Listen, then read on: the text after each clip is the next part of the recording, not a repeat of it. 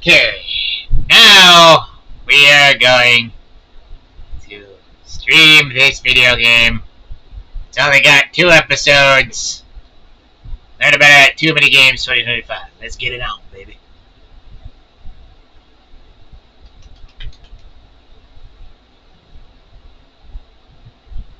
Made with Unity. Unity, hire me. I got a jingle for you. The clicker. The clicker. It doesn't get slicker. The clicker. The clicker. It don't get slicker. What? No. Not the Circle Studios, baby. This is a work of fiction. So for the guy who legally changed his name to Fuck-Ass Joe, this isn't about you and you can't sue us. Yeah, I just ripped up Brendan Blaber there. Who cares? Of the Devil, we're gonna party tonight. Episode 0, let's be a hero.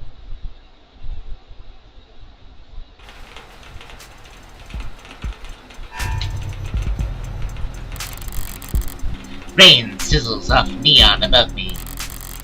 The summer shower creates a noted uptick in the flickering of holograms down the street, and a slight blunting of the night's ambiance.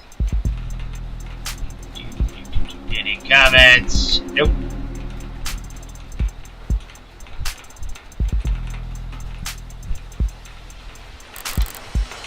Emphasis on slight.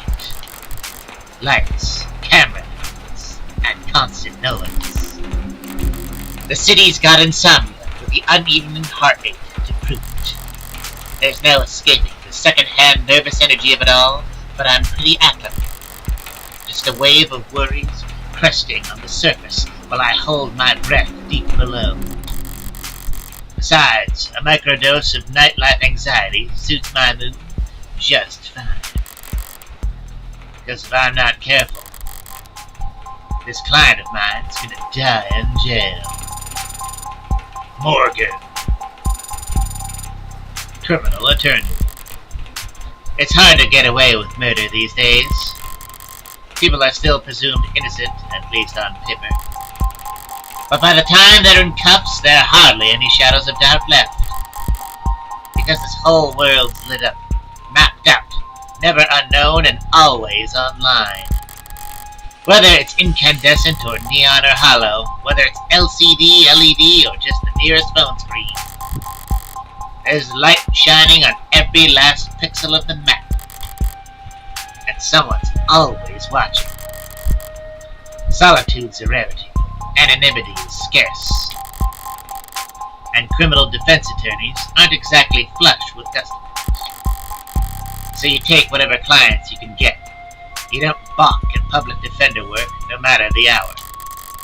And should you find yourself in one of the last dark, quiet corners left in the whole world, well, smoke 'em if you got 'em. Not that there's much else I can do until... My phone! Counselor, your public defender contract has been approved. ...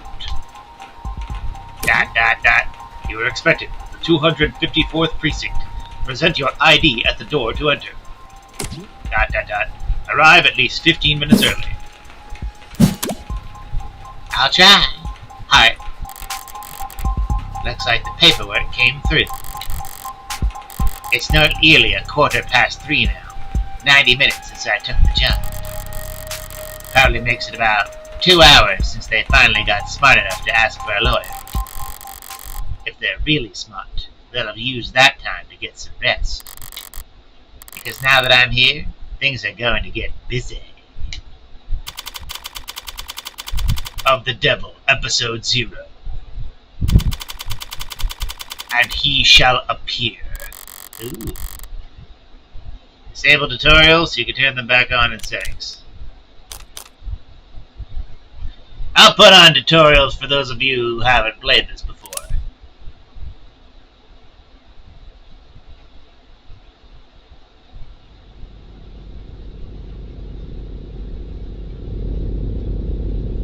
Suspect. Suspect not found. Precinct 254. It's a goddamn ghost town. With nothing but a hologram for a welcoming party. I'm here about a homicide. High clearance rates be damned. You'd think they'd treat it with a little more gravitas. But whatever. If I am unimportant, they've got no right to complain if I take my sweet time getting checked in. And I should take my time. Information's like cash in my line of work. You gotta spend it to make it. And if you're flat broke, no one will give a shit what you have to say. Ooh, there's swearing in this. Ooh. So let's see if I can't poke around and shake some change loose.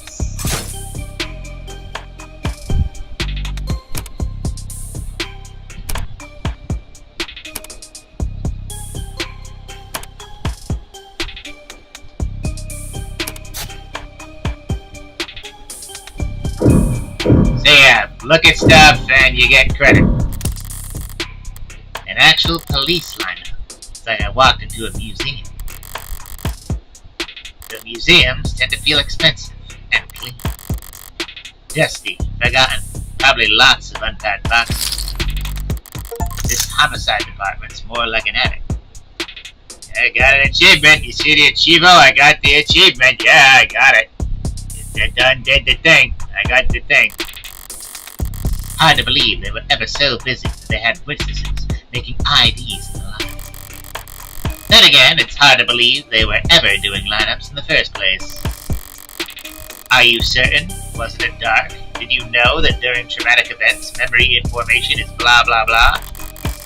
Poking holes in that setup must have been like shooting fish in a barrel, and all during billable hours. But there's no room to sow doubt anymore. Not when a modded witness can just submit their testimony as a video report. Assuming their phone didn't automatically file a police report for them.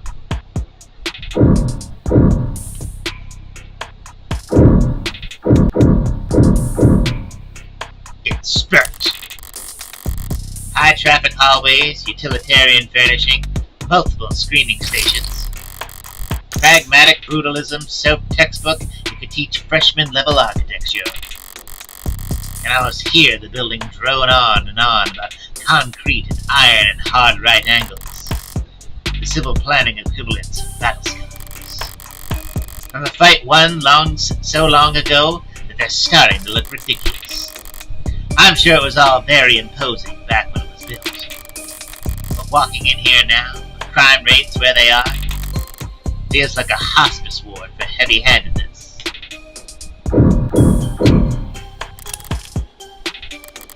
A data pad? I'll bite.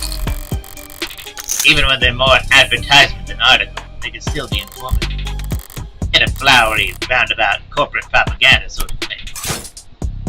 Keen eye out for articles of the environment. They offer insight on the world around you and credit towards your investigation. Articles are added to your phone's reading list after you first read them. Choose the proper takeaway after reading them, and you'll earn additional cool bonus credit too.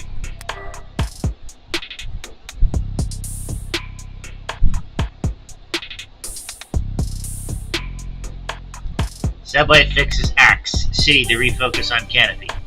Declaring the subway tunnels to be irreparably flooded, city engineers announced this week that all plans to drain and repair the system were being suspended indefinitely. Saltwater damage to sensitive electronic cabling and erosion of key tunnel fixtures were cited as reasons for why 89% of the subway system was evaluated as critically compromised or worse. Civil engineering efforts will be refocused on maintenance and expansion of the hybrid super infrastructure system that weaves together trams, highways, walkways, and skyscrapers into the canopy high above our city streets. Reactions to the announcement could be characterized as blasé. It's been years since the subways last ran, and decades since they last ran on schedule. Most citizens have long since given up hope on them ever making a comeback. Online chatter barely reacted to the announcement, with most commenters and voters, attention focused instead on the growing investigations into Councilman Long's campaign finance irregularities. I don't know why I use two different voices for those. As one of the Canopy's major backers in City Hall, Long has often found himself at odds with a small but vocal group of critics that consider it to be an eyesore and an amplifier of light and noise pollution. And with Long having stepped away from his political duties in order to more fully cooperate with investigators, for the first time in nearly 20 years, the typically rock-steady political foundation of the Canopy was looking uncharacteristically shaky going into this week.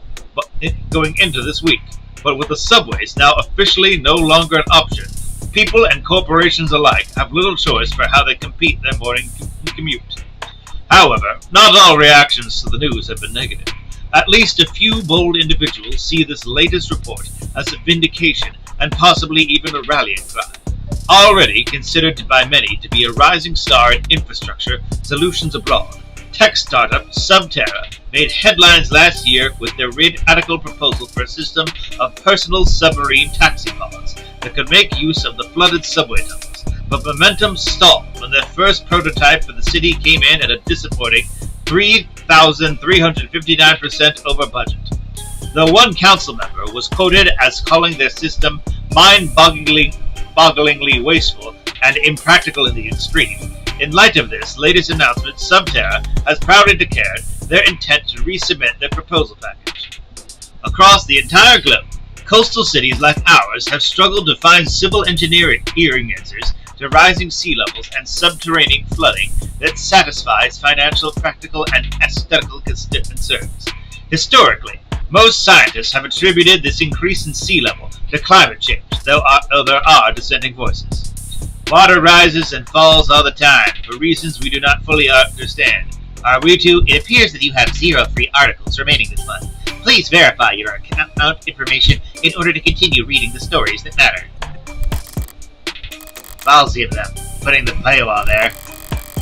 As if I'd reach for my wallet after having to read a word like aesthetical. Besides, I got the gist of it. The takeaways that the city will be focusing its efforts on. The Canopy. Yep. There'll be increased scrutiny surrounding the Canopy now that there's no Plan B. It's a massive project with a massive budget. Lines the pockets of a lot of people, big and small. None of them would appreciate bad press at the moment, not when Councilman Long's already thoroughly chummed the waters.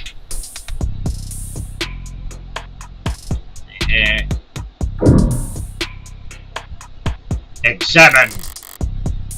The medium's cracked in the corner. Looks bad, but my phone's made of the same stuff, and I'm rolling the dice every time it falls off the sofa. Hear that? You'd probably null the warranty on one of these things with a loud sneeze. At least it's not broken. Entirely. Even at this hour, it's still dutifully scrolling through its notifications.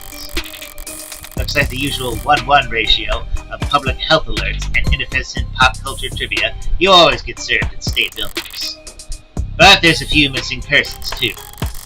1 year of Silver Plan coverage courtesy of Caduceus as a reward for any. Silver's no joke. Family must be getting desperate. Alright, I've taken in all the scenery and learned as much as I can here. Time to get checked in. Desk. It booted up fine. So far, so good. Good morning. Morgan here for the public defender contract. Could you please provide your name and... Great! Please stand still for a moment. I wouldn't call Intake Hollows charming, more like harmless. That's probably what the designers were aiming for. People don't mind a quirk or two in their tech, so long as it never speaks out of turn. I'm sorry, I'm having trouble placing you. Can you please provide your name and date of birth? So far, so good, was it? Scan my card. Hey, why don't you scan my ID again? Great! Your date of birth for me?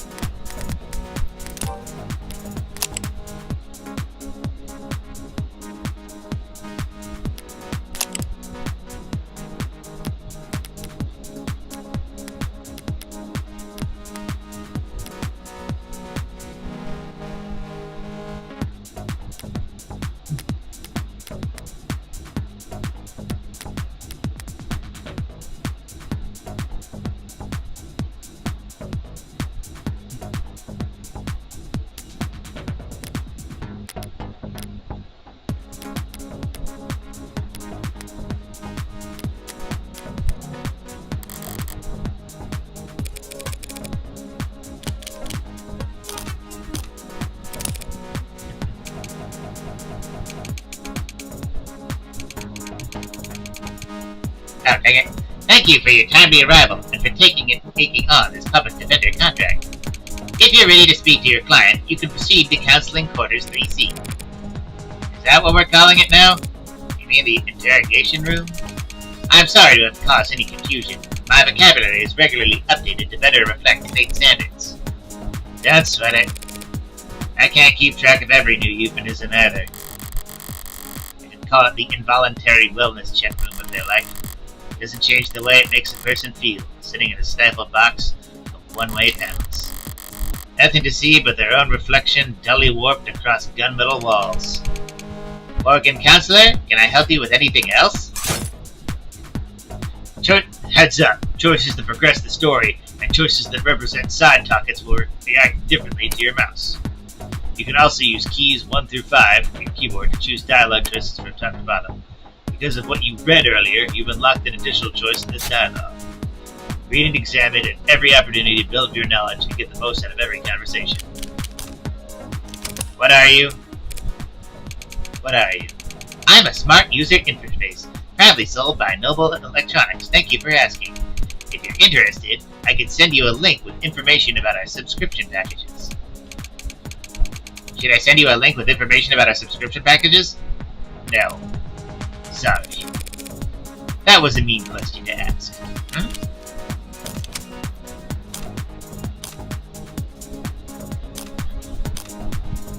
Why the disrepair? I know the city's not terribly concerned with the lower wards, but this is a police station. Why is it so goddamn dusty? This facility is currently undergoing renovations. Since when? The 60s? It has been 22 months since the timetable was last updated. They really don't see a lot of action around here, do they? I'm sorry for any inconvenience you might have encountered. I'm adaptable. What about you? They ever gonna fix that crack? Thank you for asking. It has not interfered with my work. Well, that's all that matters, right? That'll be all, thank you. You'll find the counseling quarters past our homicide detective's office through the door to your right. Thanks. But I think it's just me for now, so you can go on break if you like. Automated dependents do not take breaks, Morgan Counselor. Then what were you doing before I walked in? You'll find the counseling quarters past our homicide detective office. Through the door to the right, thank you. Ads don't get breaks, and they don't get my jokes. But it's usually the humorous types that are most fun to mess with anyway.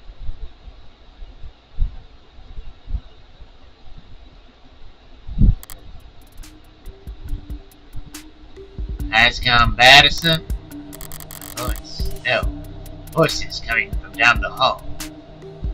Compared to yours? Probably. Thank God I stopped for directions. The building this empty, the desk would have just told me to follow the echoes. One voice sounds older, rougher, and decidedly low energy. Appreciate you worrying about me. God forbid I try to be serious, while the other rings with youthful indignation. It's not like our job is important or anything. Definitely, cops. And at this precinct, at this hour, at this day, at this month, at this year, at this decade, at this century, at this millennium, they might be the only two living, breathing people in the whole complex. So why else would you bother to print all that out? One document of 100 looks the same on the datapad. Anytime you question a suspect, you need to have a heavy file in hand. Makes them think you know them better than their priest, their mother, their banker, I don't know. Their big brother? I wasn't gonna say that.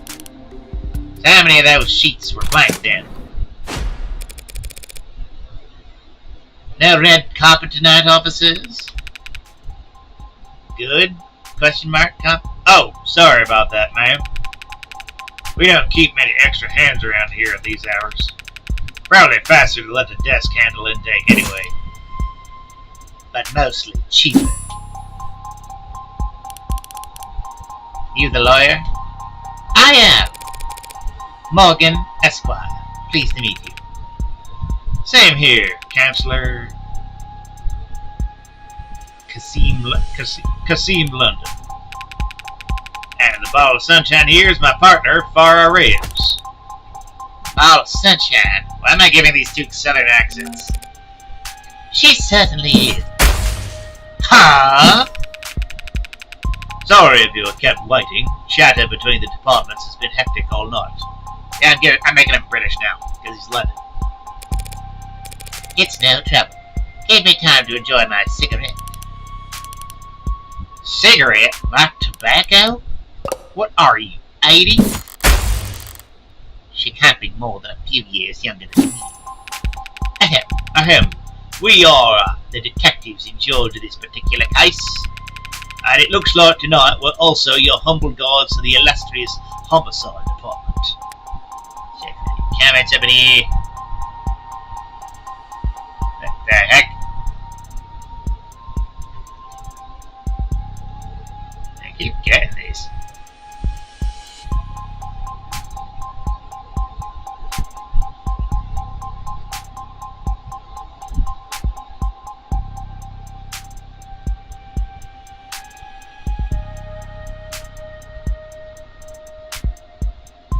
It looks like tonight we're your humble guards to the illustrious homicide department. Apologies in advance for any cobwebs.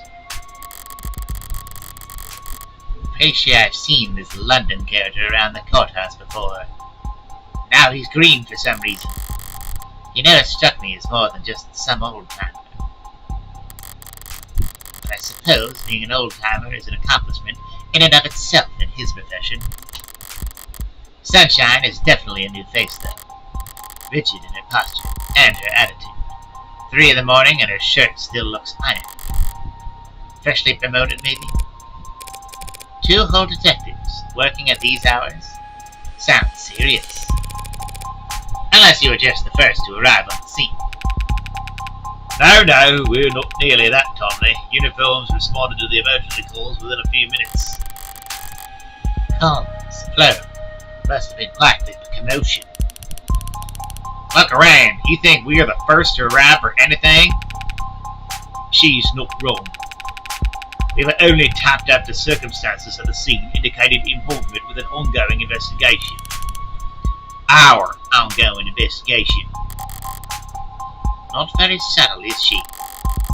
But I may as well bite at this point. So, you suspect that this client of mine is involved in some separate criminal activity? Wait, did they really not? No, I guess they wouldn't put in a public defender's briefing. Look, consider this a little professional courtesy. A fair warning, yeah? That's the heartbreak killer in that room. What? And we've got the bat, and we've got the bastard dead to rights. So if you're kind, you'll help him plead it out. And if you're smart, you'll pass this shitstorm onto some other night owl and go back to bed. I'm not feeling particularly kind or smart at the moment. So perhaps in the meantime, you'd be so polite as to fill me in about this heartbreak killer. They cover utilities of the rock you live... They cover utilities of the rock you live under? Is there a problem? You're seriously not familiar with H. Cut? Never heard of him. I've heard enough of him for a lifetime. That name has been plastered all over the city for weeks. Their crimes wavering between breaking news and urban legend. Ooh, she's Columboing them! Or, what do you call them? Batlocking them, yeah. Be back in a sec, just gonna get a beer.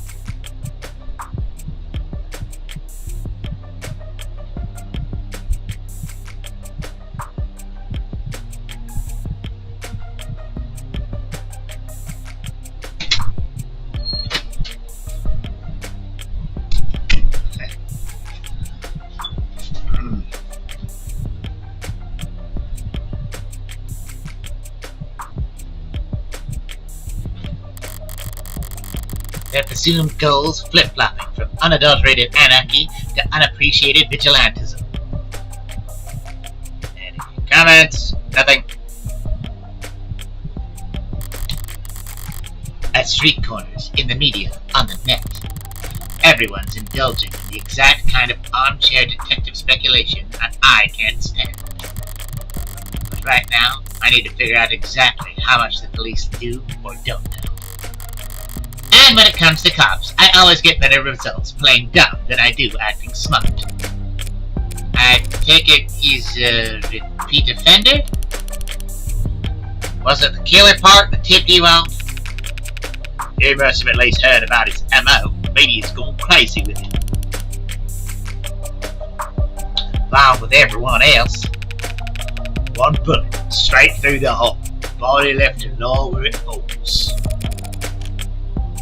Hence the name Heartbreak. Not exactly creative, but amidst the swirl of every other 100-word article out there, catchiness trumps originality.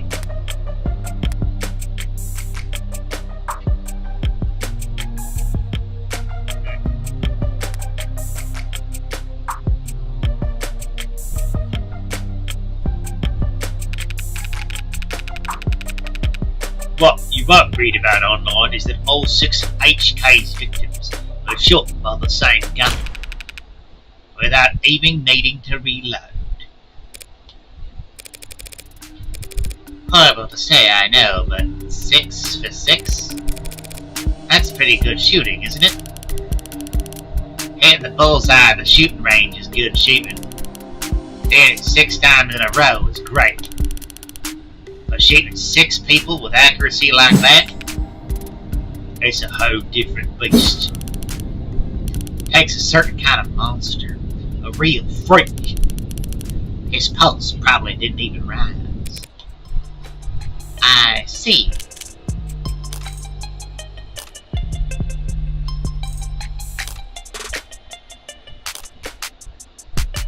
Sounds robotic. You almost make him sound like a machine. Is it possible that... No, it's not. There's no such thing as killer robots, madam. Of course, my mistake. So all those androids marching in the military, those robots patrolling in police uniforms, those drones dropping firebombs from the sky, I guess they're all firing blanks.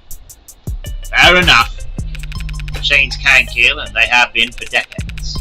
But they don't commit murder. Right. Evil like Heartbreaks is all organic.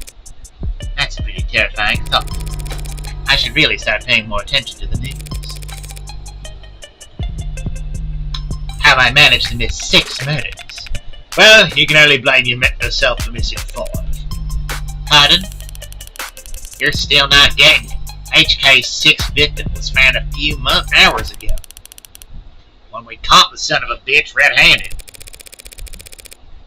So, you're convinced that my client is this heartbreak killer and tonight was just his latest crime? That's a serious accusation with very serious consequences. I take it you have serious evidence to back that up? I was being literal, counselor. Red-handed. When we found your client, he was covered in her blood. Well, that's not good, is it? What you say certainly sounds compelling. Is that lore talk for open and shut? But even if that's the case, how does one crime scene make him look good for 6 murders? It's all there in the discovery files, and the ARCs, of course.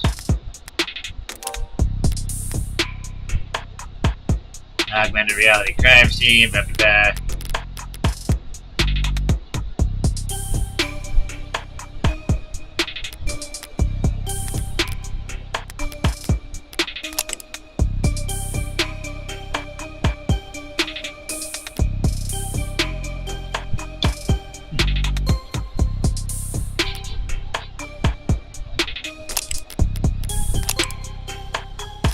Ooh.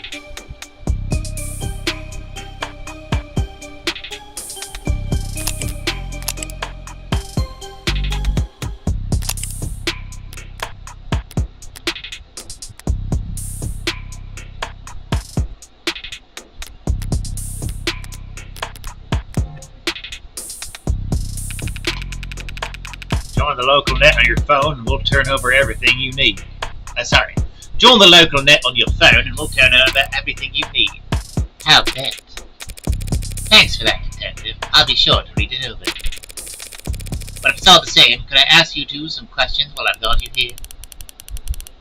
The hell kind of attorney wants to interrogate detectives? This kind of attorney. You're just that pleasant. Come on, sunshine. Not like we're gonna be punching out anytime soon, right? Whatever. Let your client stay in interrogation all night for all I care. You mean the counseling quarters? Dang it. You mean the counseling quarters? We're at your disposal, counsellor.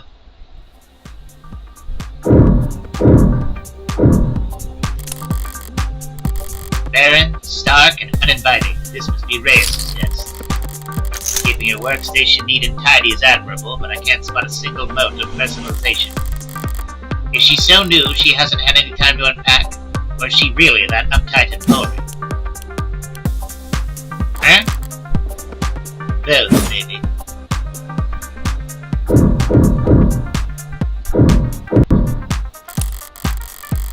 You shouldn't have cleaned up so much just for little old me, Detective Blunt.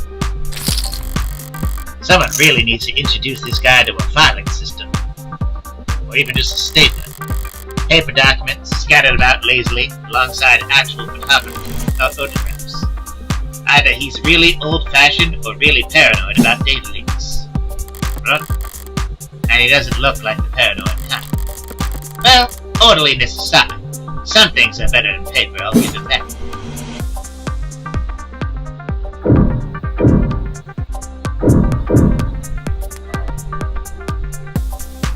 Latest Noble androids receive warm welcome.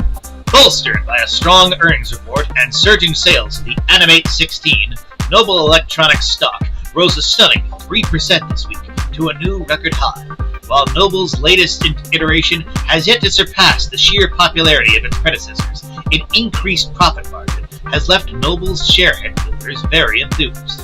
Many investors were skeptical when, at their new infamous 2084 trade convention, Noble announced that the 16th line would be the first generation of androids to feature over 50% organic components. So-called warm androids, which at the time only saw demand in the health, senior, and child care sectors, were looked down upon as impractical due to increased maintenance costs, cuts, scratches, bruises, and the like. And while some critics voiced concerns that the fringe religious or traditionalist groups might find warm androids controversial, most business focused minds feared that Noble was alienating its customers in the industrial and military sectors in order to cater to civilian customers, users that viewed their androids from across the room and not from above the factory floor. However, as has often been the case in the last decade, Noble's doubters were proven wrong. The Animate 16 is poised to break profitability records with no signs of slowing down, and many industry analysts predict that these once rare organic androids will completely replace their more robotic predecessors in daily life within the next 3 to 5 years.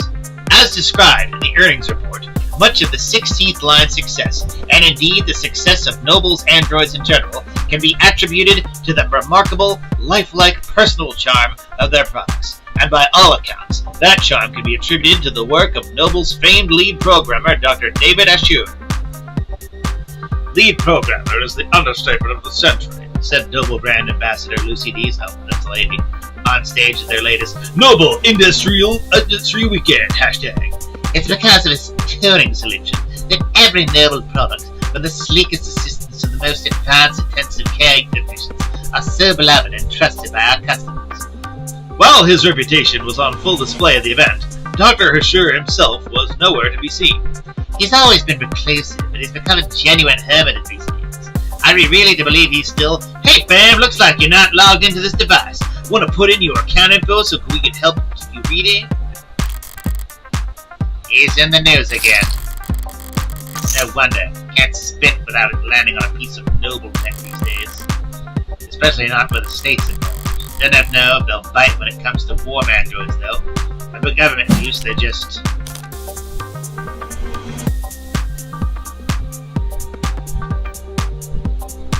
Too expensive.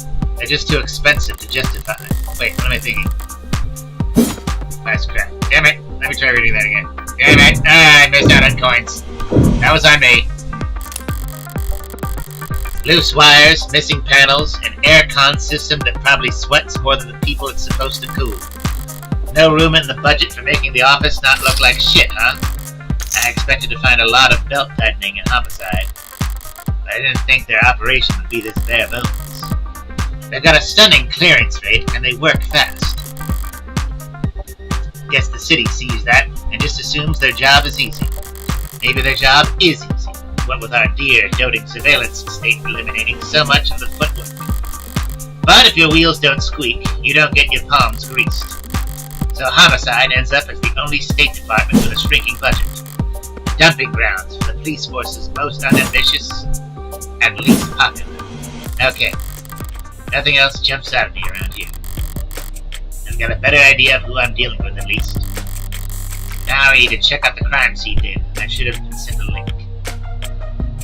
You've been granted access to the state files regarding case KL433511. Reply C to confirm. Confirm. You need to reply C in order to confirm. Am I talking to a person? I am an automated dependent. Ads are usually more polite. Our personalities are tailored to suit our users' preferences. So the state's like you to be a little authoritarian. You need to reply C. C. It's case sensitive. C. Thank you. Alright, if I project from my phone.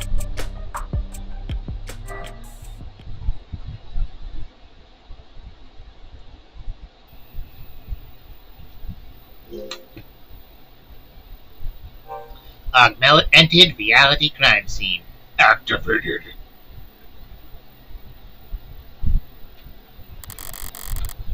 Alright, let's see what the police have.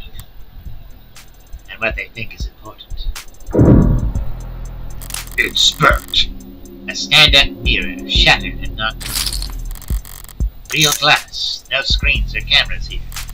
It was hit hard enough to come unattached from its arm, while shards of glass were scattered, far enough to land on the victim's body. What a mess. So, the victim's body. Cause of death, ballistic trauma. Class 4 blood loss, atrium and aorta. Single gunshot wound to the heart. No injuries anywhere else and no blood or skin under her nails. Did I hit the skip button? Blood spatter forensics, all that other good stuff. Tells them what we shot from here. So the killer was standing in the doorway when they found him. And take off auto. The murder weapon, a revolver found right next to the body. 6 empty casings found in each of the 6 chambers means the gun's been fired 6 times. Looks like the crime scene techs practically disassembled the damn thing. But all they found were fingerprints belonging to my client. So he was found by the police with the murder weapon right in front of the body. I don't even know where to start. Highly prejudicial would be an understatement.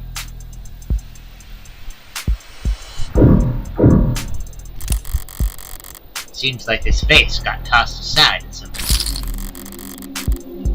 And yet there's not a scratch on it. Must be pretty damn durable. Isn't art supposed to be delicate? Maybe it's making a statement. That's all the big ticket items. What about the security? Looks like the apartment was unlocked all night. It's still... I have no idea what this is.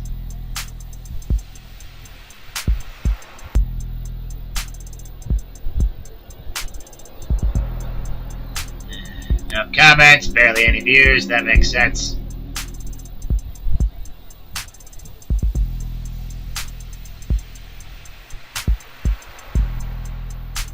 Looks like the apartment was unlocked all night. It's not uncommon for people their age in a neighborhood like this. But no signs of forced entry only hurts my client's case. What about the rest of the room? there's not much else flagged here.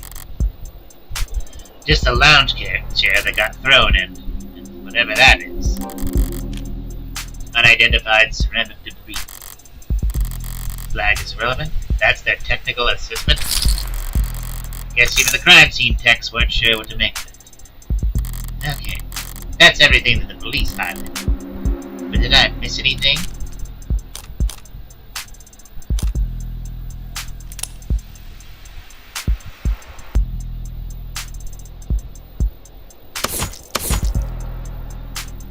What the hell is that?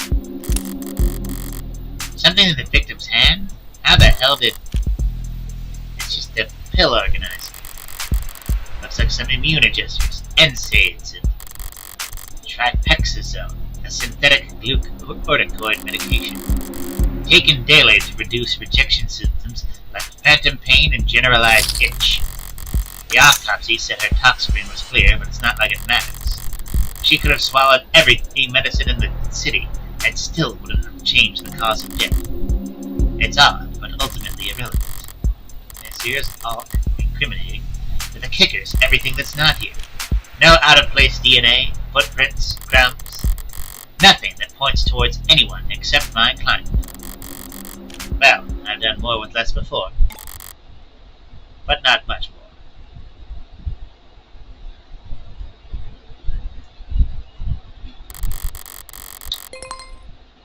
I'm really gonna have to sing for my supper this time. Better get started. Who the hell's messaging me at this time of night? First person who comes to mind is... I suppose it could be something important.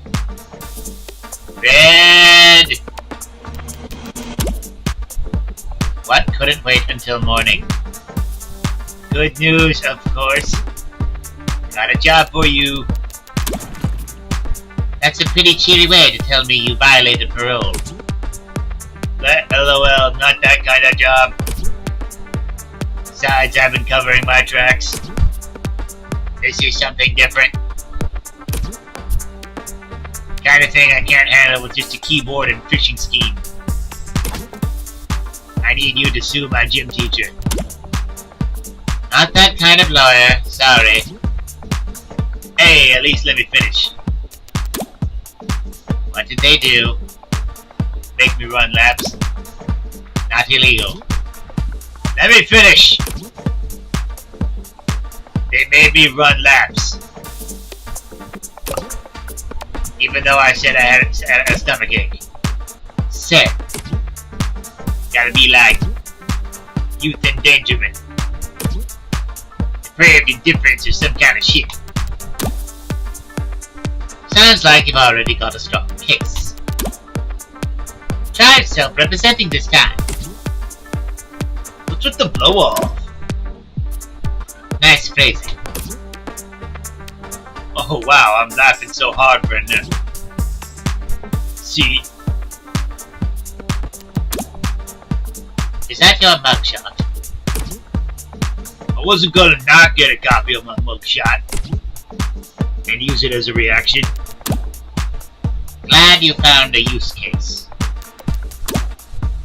But I'm working right now, so...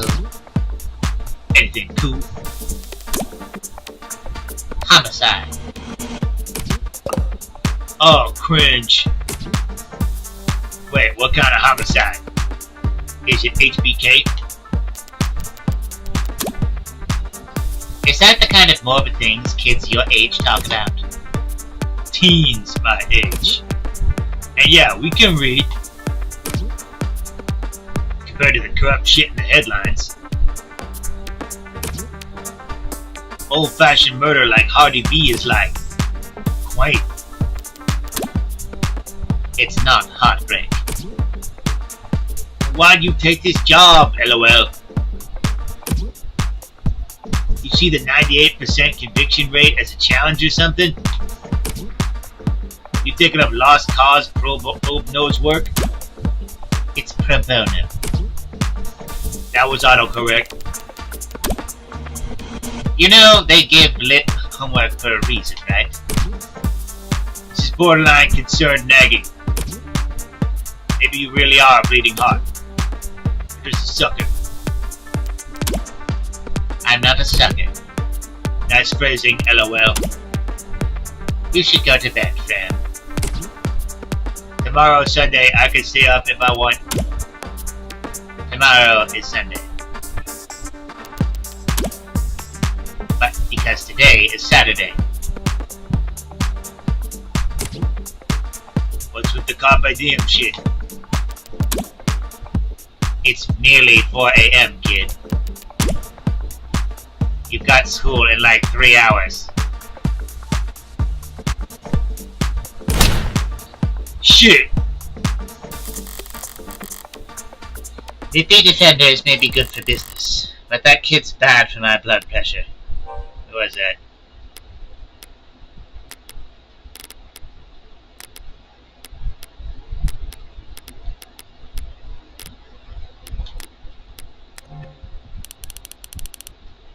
Important text message, I'll take it.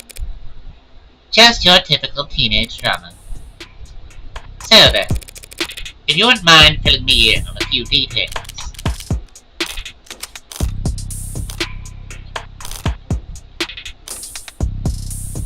Androids and cops. By the way, I couldn't help but notice that you're light on staff. It's 3 in the morning. Were you expecting a parade? I thought there'd at least be a few androids around. Not many androids in any police stations this week, not for the prices renegotiating contracts. Contracts with Noble? Good guess. Hardly. They're the biggest. Hardly. They're the biggest robotics core there is. They spent all day in Center City without leaving their office's shadow. Yes, we're very fortunate to have them headquartered here. Save us some money on shipping at least. But these trucks never last that long. I'm sure they'll be back to writing checks for Noble ads by the end of the month. Even with Noble pushing those warm androids. Wow, yeah, might as well call it the adult line. Won't see him in the bigger departments or out on patrol, but not around these offices. Warm or cold, there's no such thing as an android detective. Yet. Yet? Really? Yet? You really think that'll happen? We already use ads for patrolling, securing the scene, pacifying crowds. Doesn't seem like a big stretch to me. You're joking, right? Android detectives? With all the pain we go through getting witnesses to talk to us? With your warm personality, I can't imagine. A cop knocks on your door, starts asking questions, you're gonna be put in a bad mood. Ad knocks on your door, calls you a degenerate criminal in a synthesized voice loud enough for the whole neighborhood to hear, you're gonna start posting shit that'll get you put on a list. Well, we certainly don't want that. But flesh and blood witnesses are becoming less and less common anyway. Cameras, sensors, satellites, we've already gotten all our facts from machines. In a few more years, it might make sense to let machines do the investigating too. Union would. Police union wouldn't let that happen. She needed to specify. It's the only real union there is anymore. So how about the basics? What exactly is my client for job? Your client, Carlos Bacaflat, was arrested on the scene at 9:50 p.m. Using his middle name already, they really do think he's a serial killer. The charge being the first-degree murder of his girlfriend, a Miss Diane Dawn. First-degree? That's increasingly rare. To say the least. It's rare for us to get handed anything but crimes of passion around here. City's got damn near more cameras than people. So you gotta be really, really stupid to try and get away with murder. Well, Heartbreak's gotten away with it 6 times. So what's that make it? 5 times, and that makes him insane. I was gonna go with extraordinary. Let's split the difference to say he's extraordinarily insane. But nutjobs like that aren't renowned for their ability to think ahead. So what makes you think this was premeditated? How about the fact that he stalked and killed 5 other women as a warm-up? A warm-up? 4 previous bullets, 4 previous victims. None of them knew each other, lived near each other, worked in the same fields. Weeks of digital autopsies, crawling up and down their online profiles. Nothing. So, this serial killer chose his victims at random, if they have nothing in common. Yeah, nothing in common at all, other than that they all look like cousins. The physical similarities all striking. All 5 prior victims were young women with brown hair and eyes, about the same height, comparable weight. Well, those features aren't exactly uncommon. Couldn't it be a coincidence? If you really believe that, you should quit your job and start buying lotto tickets. HK's got himself a type. Anyone can see that. You really gonna try and tell me you don't see the resemblance? A young woman, brown hair, brown eyes. Can't tell how tall she is from a portrait, but I can take the hint. So, you think what exactly? That Carlos Flack wanted to kill his girlfriend so badly he went out and shot 5 other women first? Hey, if the shoe fits. If the shoe fits. Then you need to put the shoe on the. What Sunshine means is that it's not uncommon for killers to displace their violence from people close to them onto outlets with fewer consequences. Drifters, loners, strangers, workers. He was probably building up the nerve for tonight by first practicing all these other similar women. Or he's just so far gone that he can't tell the difference anymore. It's not the worst theory in the world, but it doesn't fit. They want to claim that those previous victims were practice runs, dress rehearsals for tonight's main event. But if that were the case, there'd have been signs of hesitation, nerves. There'd have been mistakes. On top of which, guns are impersonal, execution sites even more so. There's no sadism or hatred or intimacy in a single bullet to the heart. Killing your girlfriend or her lookalikes usually is, if nothing else, a lot less sterile. If you ask me. Hello, what was that? Timeline. I saw the time of death was 9 p.m. on the autopsy, but do you have a timeline for the rest of the night's events? Can't trust much of what comes out of his mouth. But we managed thanks to less biased sources. And we're pretty confident about what we've been able to piece together from their statements. So, they interviewed witnesses. Sounds eerily similar to real police work. The suspect and his girlfriend were arguing loudly with one another starting around 8 p.m. Neighbors were very clear about that part. Couldn't wait to tell us all about the happy couple's domestic problems. Everyone in the building knew they'd been fighting for weeks. As you probably gathered from what you saw in the office, there was a struggle. Furniture turned over, glass shattered. But things go quiet sometimes before 9 p.m. And then there's a gunshot. Scrubbers are still scrubbing, looking for audio from the area to get us timestamp. But we heard from enough concerned citizens to be pretty damn sure about the time. Right emergency services got a burst of calls from the block shortly after 9 p.m. No one seemed to recognize the sound for what it was, but the silence that followed was pretty universally alarming. Officers arrived on the street at 9:08 p.m., establish a perimeter, enter through the opening front door at 9:10 p.m., and then they find your client crouched over his dead girlfriend, his hand covered in her blood, at which point they moved to secure the scene and the suspect. Sorry, did you say his hand, singular? Your client's modern cybernetic right arm. How modern are we talking about here? Registered with a HAL 85 habilis, industrial grade looks like. Says he's spec'd for dexterous manipulation of up to class 4 kPa, which means a minimum grip strength of, well, basically, he can crush your neck without gritting his teeth. Considering the career change, No, it's not that. It's just your eye must be very sensitive for you to put the patch back on each time. And here I thought you just had a 14-year-old sense of fashion. You think a cop would cover up her dominant eye because it was fashionable? I actually thought the same thing the first time we met. You what? But getting back on track. Oh, sorry. But getting back on track, that arm of his has been in the shop for some time now. He can't work without it. Money's got tight. The arguing?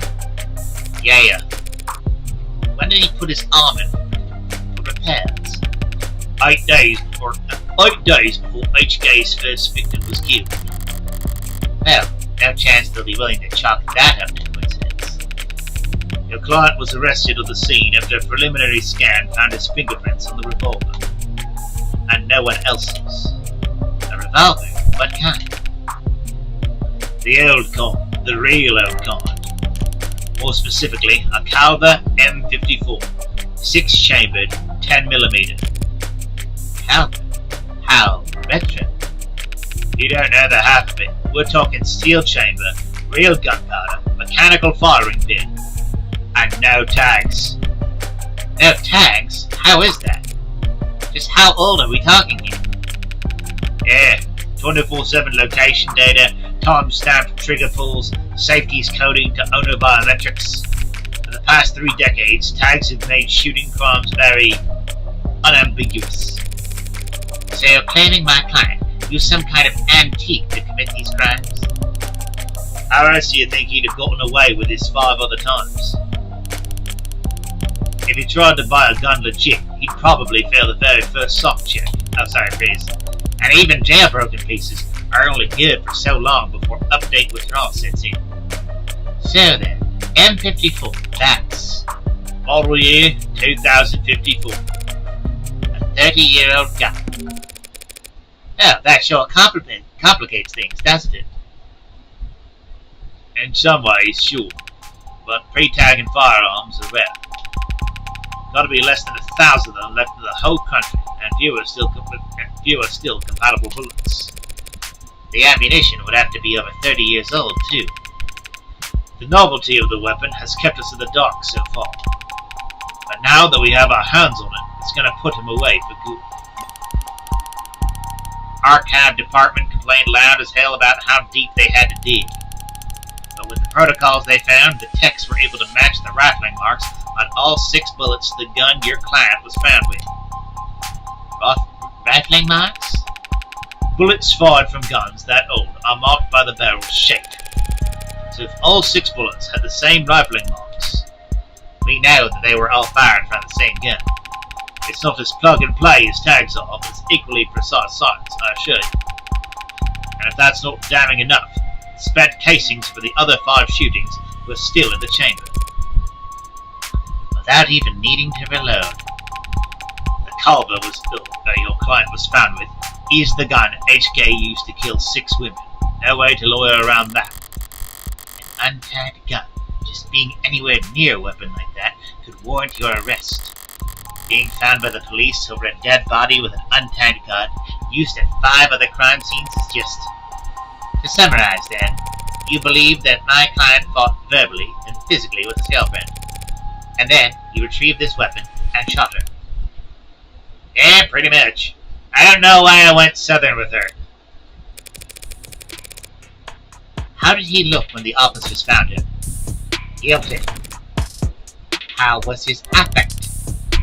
Quiet, detached, stiff. Not exactly the picture of a grieving partner. That reaction may have lost him points with the cops, but beyond that, people react to loss in all kinds of unusual ways. And so long as the police are suspicious of you, there's no right way to grieve. Checking my phone here, and I have to say, you've done a pretty admirable job keeping the details of HK's crimes secret. The less reputable sites are doing some real journalistic acrobatics trying to piece together a story. Yeah, top 11 theories on who hurt HK was a real weighty read. Oh, sorry, dang it. Yeah, top 11 theories on who hurt HK was a real weighty read. It's not just journalists though, all kinds have been emboldened. The freaks that HK's managed to bring out of the woodwork in just a few weeks. Can you blame them though? I mean, he's a genuine serial killer. Repeat offenders in general are an endangered species, but he's gotten away with. We know what he's gotten away with. Take a look around us, Detective. National DNA Registry is robust enough that cases never go cold. Cameras on every street, a phone on every citizen. Violent crime at an all-time low and clearance rates at all-time highs. But you're gonna spout some all bullshit about invasion of privacy? No, I'm not. People are safer now than at any other time in history, detectives. So when someone like Heartbreak does come along, good point. London's trying to look like he can laugh it off. The pressure from the higher-ups must be reaching its peak. They want, maybe need, to see someone charged, and that makes them predictable.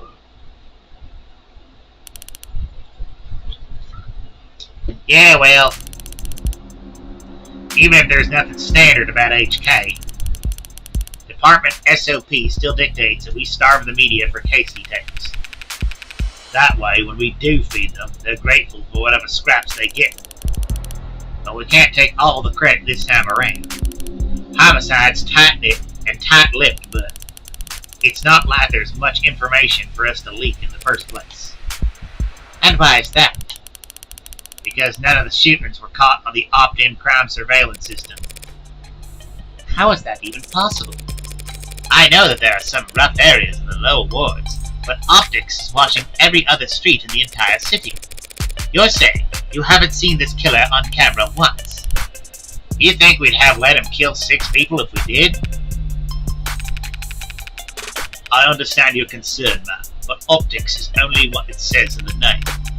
Private surveillance system signing up to feed into the state security system network. It's not perfect, just another one of the many public safety tools in our belt. It's not meant to be perfect, it's meant to help us solve crimes. Or at least act as a deterrent. One would hope so. Fat chance. Deterrents are for war rooms and board meetings. Anyone crazy or desperate enough to commit a crime in a city like this couldn't care less about anything as vague as the consequences of their actions. It's like a safety blanket, one with very few holes left in it. But it does have holes. Patching up those remaining holes takes effort, and that effort usually means rebooting the system. There's all kinds of technical details and digital bureaucracy involved. But the end result is that there are occasional localized blackouts, and the math used to schedule them is not impossible to predict. I see. But those windows of opportunity are small and short. Taking advantage of them requires specific knowledge. You need to be involved in law enforcement, pub data, or city planning. They'd have mentioned it if my client was a cop, and he wouldn't have needed a public defender either. His file says he's modded for heavy mass manipulation, not tech interfacing, so that just leaves city planning. So does he work construction for the city? HK's only ever struck at times and locations where optics would be down.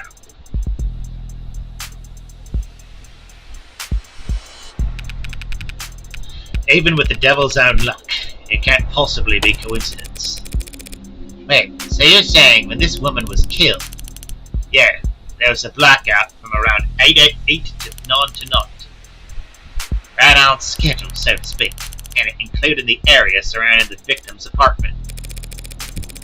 Well, what about DNA from the other crime scenes? Was my client a match? There's been no blood, no saliva, no suspect DNA at any of the crime scenes. No footage and no forensics? Also no motive, tampering or witnesses. It's been like hunting a damn ghost. We didn't even have a murder weapon. Until now. Finally, a lucky break for the boys of blue. Scanners, cams, drones, forensics. No matter how much you dress it up with tech, all detective work relies on one basic assumption. People make mistakes. But HK is the kind of monster who doesn't make mistakes. The only reason we even caught him tonight was because he finished what he had set out to do all along. So was my client in the list of suspects before tonight? Weren't you listening? There was no list of suspects.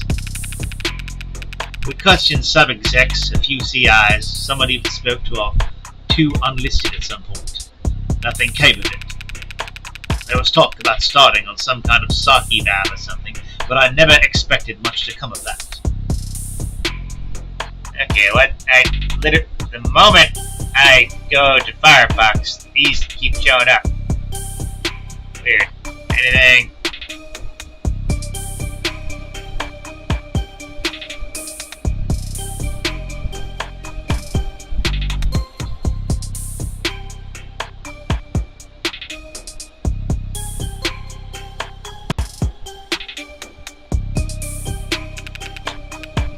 There's just not enough there to work with.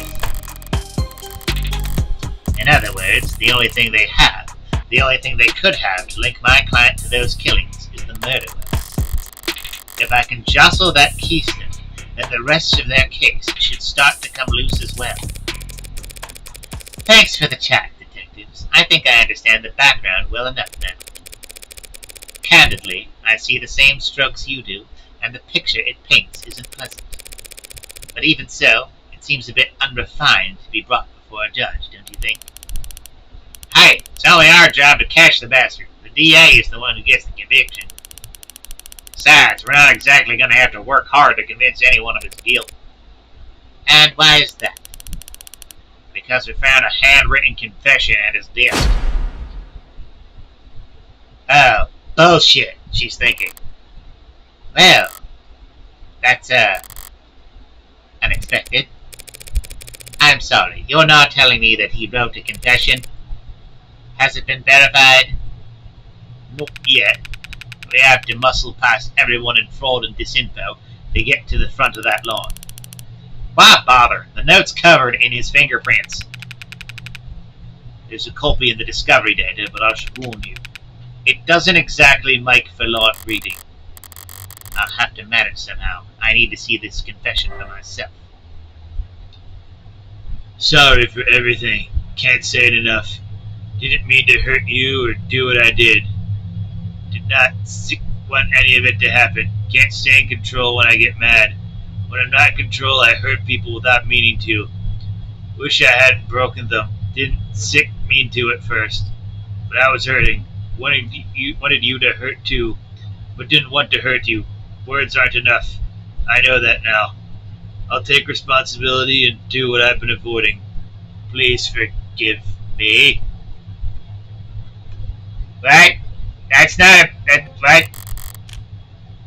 That was difficult to read. And also not a murder confession. Barely legible, in fact. Well, got a spin on that? No need. But it's a confession. Not a confession that he signed, though, is it? Not yet. And not one he intends to sign anytime soon, considering that he asked for representation. Yeah, the most wanted man in the city asked for the lawyer and got you. Guess you're both lucky. Hardly. I just happened to be awake when the call went out. But I'm not so flush with work that I can afford to turn tail now. So if you don't mind, I'd like to go and speak with my client. What? He's not still handcuffed in there, is he? Look, Counselor, with all due respect, we have strong evidence pointing to that man being responsible for 6 murders. 2 hours and 7 cuffs isn't cruel or unusual, and that's for your safety as well. It's kind of you to worry, but I doubt I'll be in any danger. He's killed 6 women. None of them were redheads. Seriously though, I'd like to speak with him alone now. Camera's off, you don't know. No. Mic's on or off, it's your call, Counselor. But we'll be watching the feed from right outside in case anything happens. And the cuff that is, stays on. That bored about me? How chivalrous. Yeah, I'm almost practically blown in. Gross. I'll start the unlock cycle. Counselor, just one last word of advice. If you have any interest in his well-being, I'd suggest you help him solve that confession.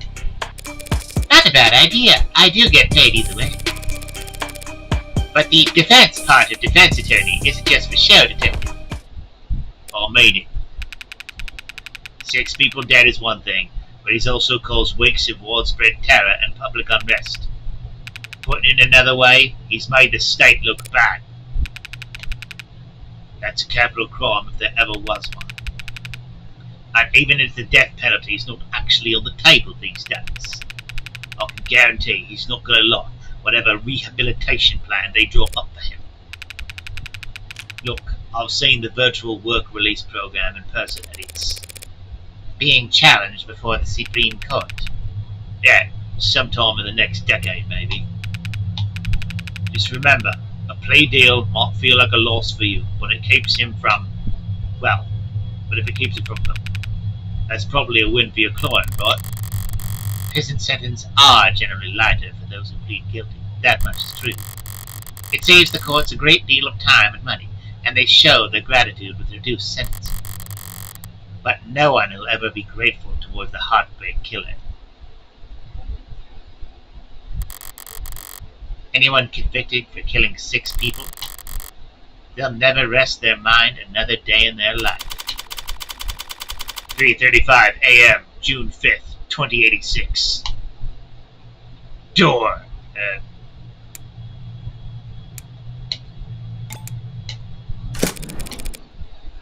It's depressing as hell in here.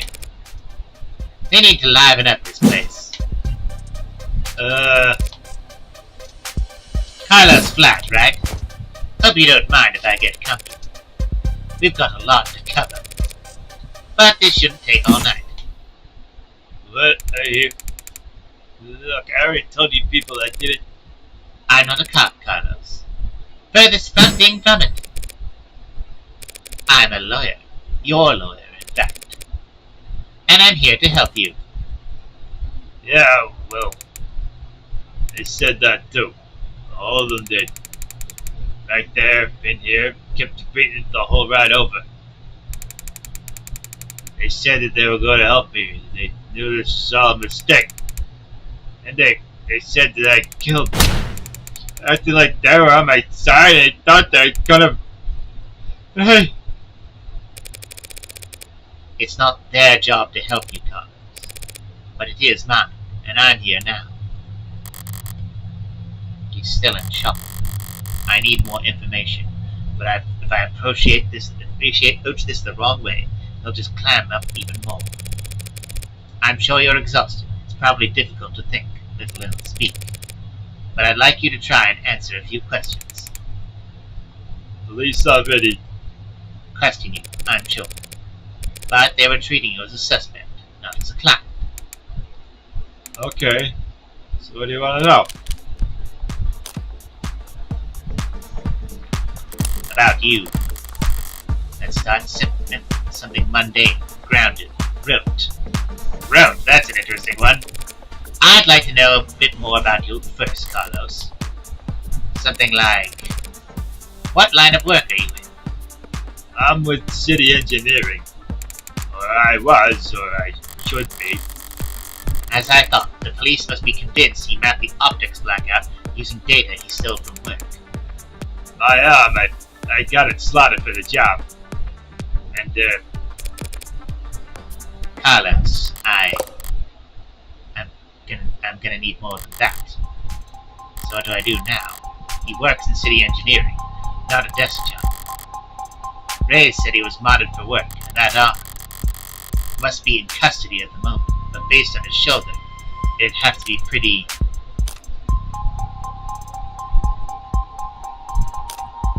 utilitarian. Utilitarian, yeah. He doesn't strike me as the type who's enamored with the aesthetics of modern. The young, and the restless, and the rich, swapping in neon and chrome limbs because they like the way it looks, or the way it makes other people start looking at them. No, he's pragmatic, grounded, and very unlucky. In which case, I should be too. You know, my brother went hard. Really? Really? I don't even have a brother. Haha! Straight up Columbo. He had everything planned out. The whole career path, promotions, bonuses, and the upgrades they'd afford him. Then came his 18th birthday present. Test results politely informing him that he's not a viable candidate. That sucks. I think he felt relieved, actually. Seemed like it was a weight off his chest. Like he was glad he didn't have to choose. Does that make any sense? Yeah, I think it does. I always figured if I'd start at all, I'd start small. A hand or an eye, a dish of water. Never thought about lobbing my whole damn arm off, but the recruiter was enthusiastic. They said, cause of the NCDA, there was financial aid and resources. Of course, that got shit canned, so now me and every other martyr is royally screwed. Don't even let me keep the tax credit. The new Citizens with Disabilities Act was amended, not repealed. But I doubt he'd appreciate the distinction at the moment. I worked the tighter spaces, the high volt environments, mostly canopy upkeep. Typical stuff for martyrs, you know. He's speaking freely now. Don't need to do much more than repeat his words back to him to keep him talking. But the right word choice here or there can still make a difference. You work on the canopy, you must be strong. Under a lot of pressure. You must be under a lot of pressure now that the subways are cordoned off. Damn straight. And this crap went long? Once word got out that the case against him was real, every desk job in the chain became terrified of their own shadow. All of them convinced that internal affairs is gonna come knocking if they misplace so much as a paperclip. Everything by the book means no room for compromise, no room for problem solving. No room for engineering. Yeah. And no patience for screw-ups.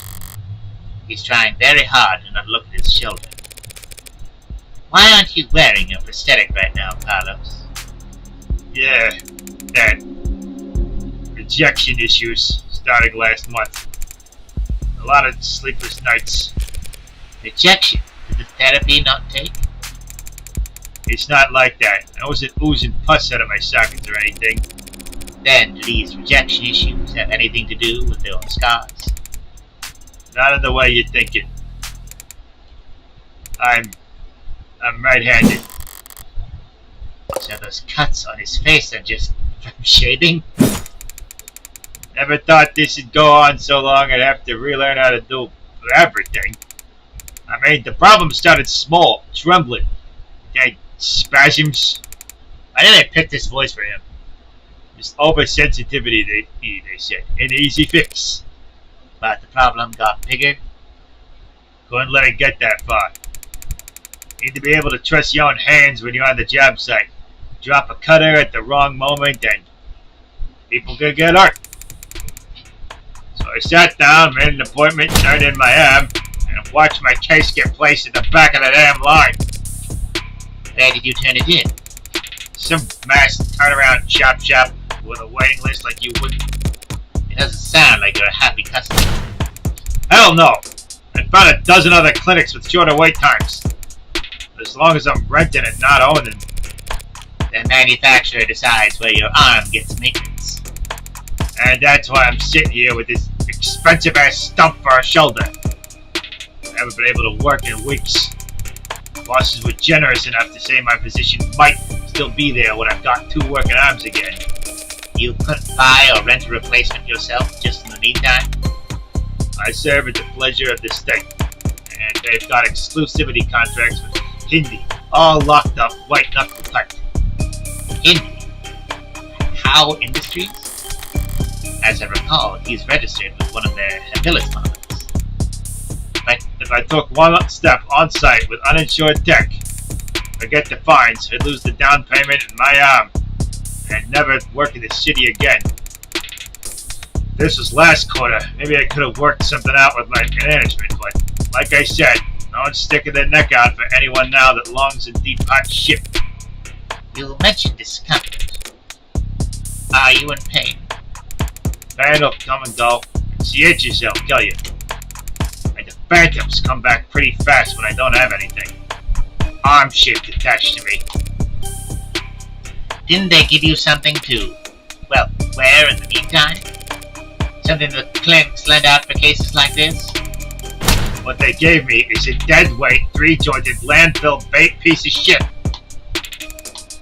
Sorry, it's a very shitty feeling, having a part of your body that you know they cut corners at.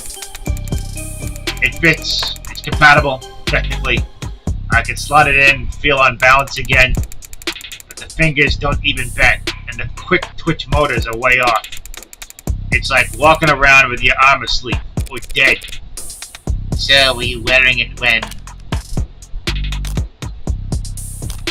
you were arrested? Were you wearing it when you were arrested? No, I wasn't.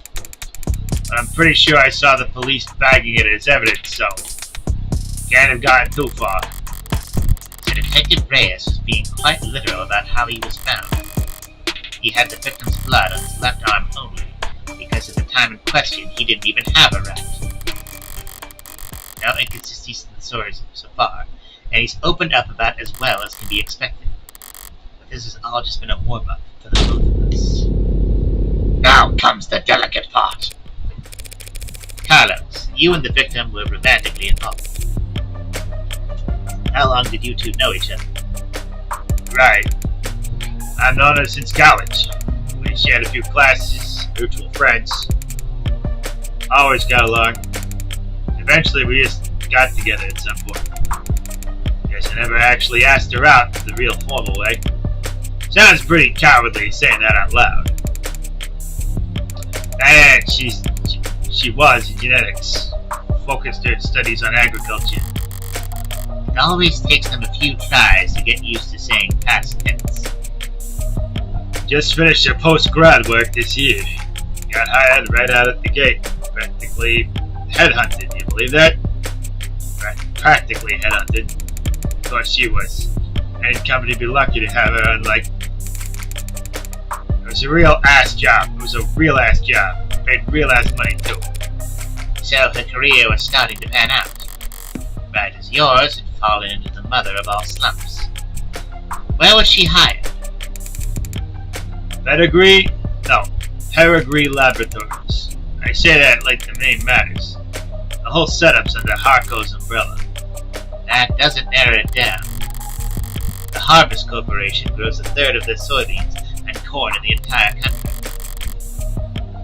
One client that size, the lab wouldn't need any others. Now, no corporation earns the mega prefix without a little throat cutting, but Harco is about as tame as big businesses can get. Predictable like the seasons. No one's gonna buy that they had some lab tech murdered because of corporate greed. Had she adjusted well to the new job? Yeah, they loved having her there. She never mentioned arguments or disputes, corporate politics getting wrong? I don't think so. Not like I've been a good listener lately. But I never got the impression that she... Look, no one I know could do this to her. And there's nothing she could have done that would deserve what happened to her. It was a long shot, hoping for a disgruntled character for her past to shift blame onto him. But with no other suspects, I can't just reshuffle the detective's suspicions. I'll have to disprove their argument entirely. Thank you, Carlos. That was very helpful. Hey, what? Now, I'd like you to try and tell me whatever you can about what happened tonight. Oh. Start at the beginning and take your time. The details are important. Alright, Miss, Morgan. I'll try, Morgan. When you're ready. We were arguing. We have been arguing a lot lately. Arguing about stupid stuff. I haven't been working, haven't been making money, haven't been pulling my weight. I was mad at myself. More than that, I was jealous of her. Jealous over nothing. jealous over goddamn money. The reports saying you were arguing around 8 p.m. 8? Yeah, must have been when we started. We got into it and I said a lot of things that I shouldn't have. And I said one thing that I really, really shouldn't have. I crossed the line and we both knew it, so I left.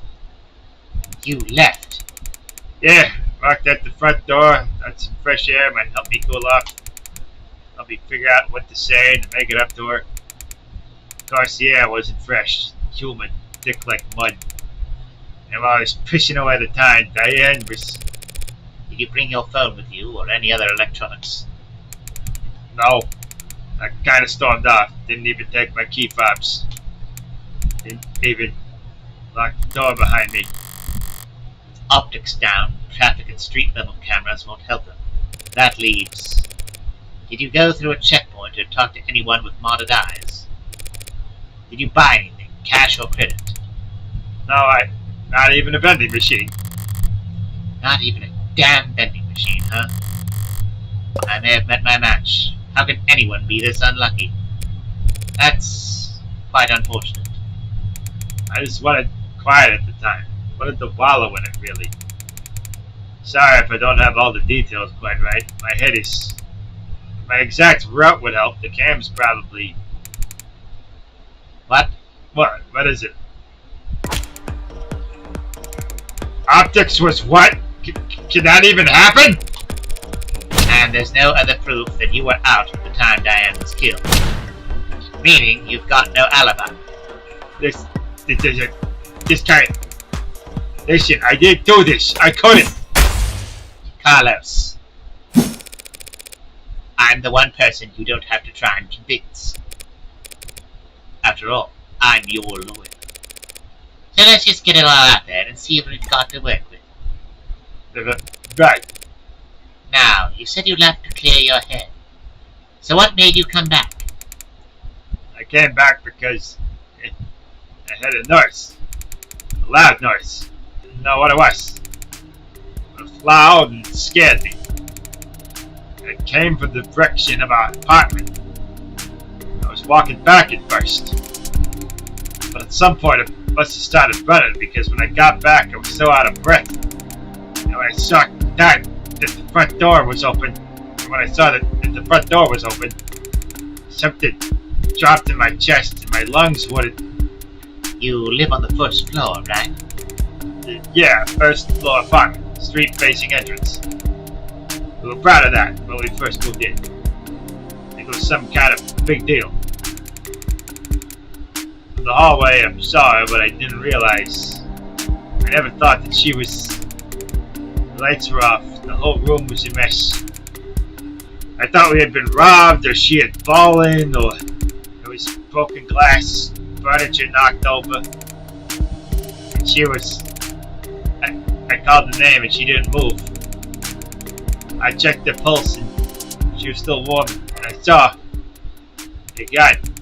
The gun. It looked so heavy, but I thought it would have to be fake because I didn't want it to be real.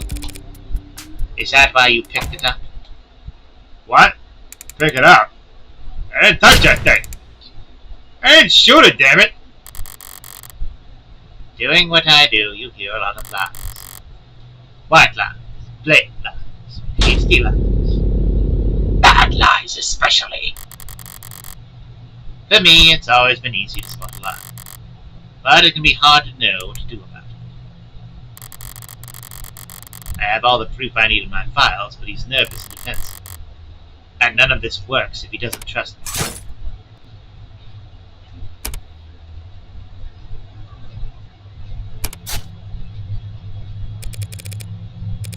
You did touch the gun, Carlos, but that's just a fact because...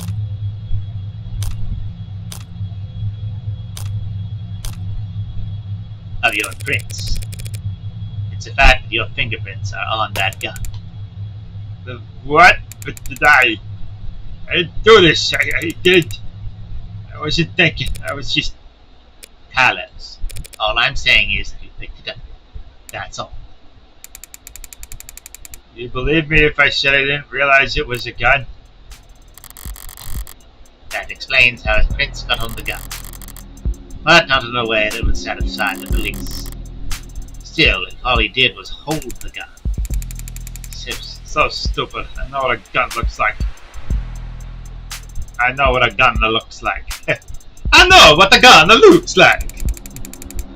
Seeing it in my own home, right in front of... You weren't shocked, Carlos. You still are. Police came in sometime after that. I don't remember much of what they said.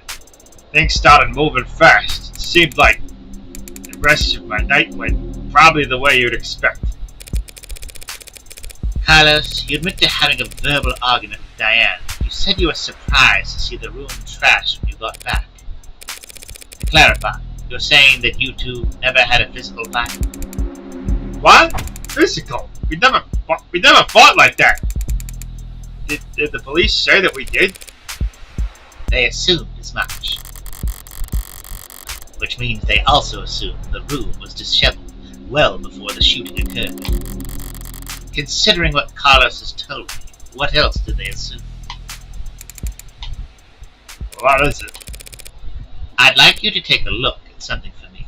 The crime scene. Oh! It's an AR module built from data taken as the police entered, so... Right, it's just that.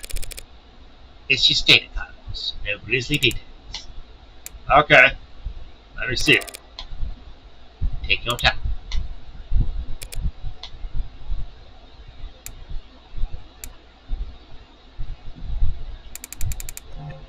Alright, I think I've got it. That's how the police found things. That's how the police found things. Now, close your eyes and think back to how the room looked when you left. Try and focus on what's out of place. Alright. I'll take notes. I'll take notes. You just say whatever comes to mind. I don't remember exactly where everything was. Well, the mirror was upright, of course, and that clock was still on the wall. The chair got knocked over at some point, and the bed got tossed, the cushions torn, and the urn fell. Other than that,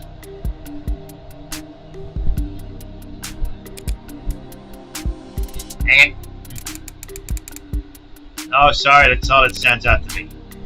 I see. Like so? Yeah. What's wrong? Something out of place? Carlos, you need to trust your instinct. If anything seems off, don't be afraid to speak up. It's just, I guess I just assumed your notes would be making edits to the AR. Well, I suppose that works too.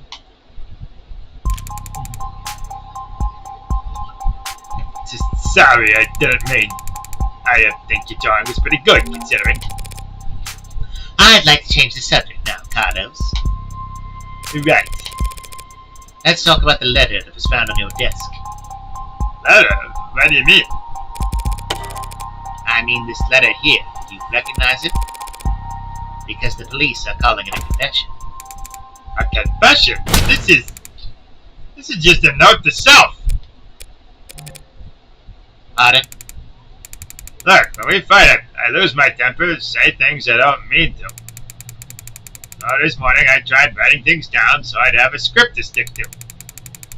So I could apologize to her instead of just fighting with her. Carlos, you say in the note that you hurt them? I'd say I broke her fidget tubbies. Her what? Ahem. Her what? Her fidget tubbies. They're these collectible ceramic character things. They're supposed to be like tactile. You use them as paperweights to look at conversation status. Conversation starters? She loved those little things. They're not worth a damn. You can buy them at any flea market or garage sale, but they meant a lot to her. And I broke them. I mean, I was pissy at the time, but that goddamn piece of shit red alarm. I hardly know I'm swinging it half the time. Got so angry, I just ripped it off and tossed it in my room. That cheap, dusty, worthless. Okay, let's say he did break her frigiduckies with his replacement arm. What does that change? Nothing. moment. There's not enough detail in the note for me to prove what his intent was when he sat down to write it. But if the police insist on claiming it's a confession for the heartbreak killings anyway. Couldn't even bother to sweep them up. I felt so. Alright, Carlos, thanks for answering my questions. Now I'm going to call the police back in here, and I'm going to get this cleared up for you. What? That's it? That's it. Oh, okay. But before I do that, I do have to ask. What do you know about the Heartbreak Killer? Heartbreak? You mean that psycho that was trending all month? I mean, as much as anyone, I guess. I haven't been getting out much, but I'm sure everybody's on edge. A guy like that out there, he shoots people. Through the heart, right? The police have kept the victim's appearances far away from the upstanding news sources. So unless he was already following the murders, Carlos wouldn't notice any resemblance to his girlfriend. I mean, she was shot in the chest. That doesn't mean anything, does it? He's just slow on the uptake. It's going to be a real shock when those officers walk in here and accuse him of being a serial killer. I'll just have to squash that theory as quickly and definitively as possible. 4:04 a.m., June 5th, 2086. I didn't realize you could smoke in here. Technically, I can smoke whenever I want. For a fee. I guess so.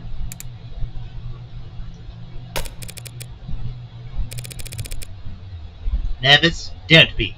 I'm the one who's on the clock. Right. I'm sure this isn't your first time doing this. No, of course not.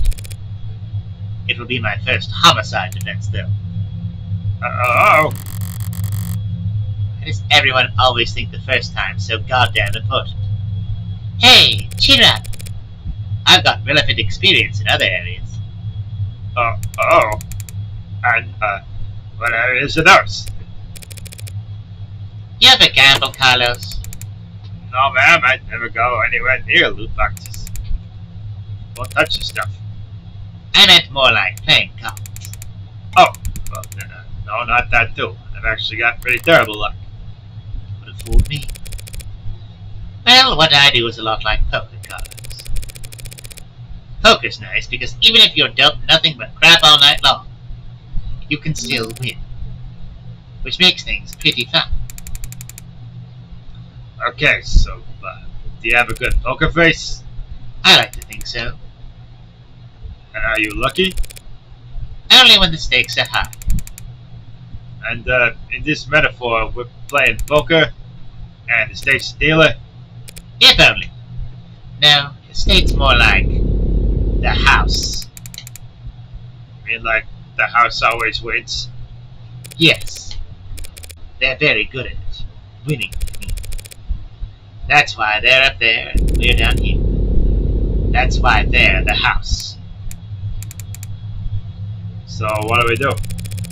We play the cards we're dealt as best we can. Win more hands than we lose. Keep it up, and eventually, someone will come over and tap the dealer on the shoulder and whisper something in their ear. And then we'll be politely asked to leave. That doesn't sound very triumphant. The house always wins. So our definition of victory is more like, don't lose. Thanks, Morgan. But I guess I was more asking, like, what should I say? Just leave all the talking to me. So that's a strategy. What's up? You know there's a saying about gamblers with strategy? Yo, ready to confess yet? Cause I already woke up the DA. Already? She must be new. The district attorneys have final say on whether or not a case is brought to trial. Only fair, since they're the ones who end up having to actually prove the damn thing. Most of them prefer simple guilty pleas over long, protracted trials, and they all dislike having their time wasted. Unfortunately then, you'll have to call them back, because my client is not guilty. And frankly, I'm not even sure you have enough gold in here. Right. What she said. You've got a weird sense of humor, Counselor. Different generations, I guess. Before my time kind of thing. I'm very serious when it comes to defending a man's innocence, Detective. Counselor, we have your client's written confession. His written confession. Let's start there. Okay, They'll be happy to. The thrust of every argument starts with the facts. Already knew.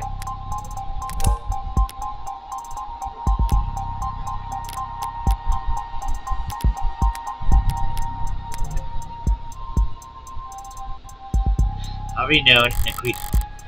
Public knowledge for every player at the table.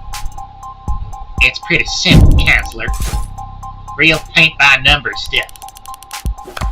See, we found a note in his apartment with his fingerprints on it, apologizing for how he hurt them all so bad. Now, how are you planning on spinning that? Those are the facts, but I've been building up my hand all night.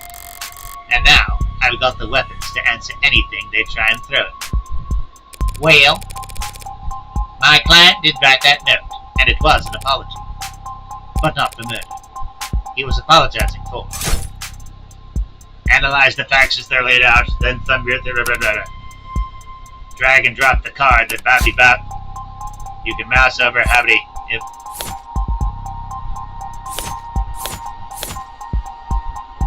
ceramic crack near western window. Yep.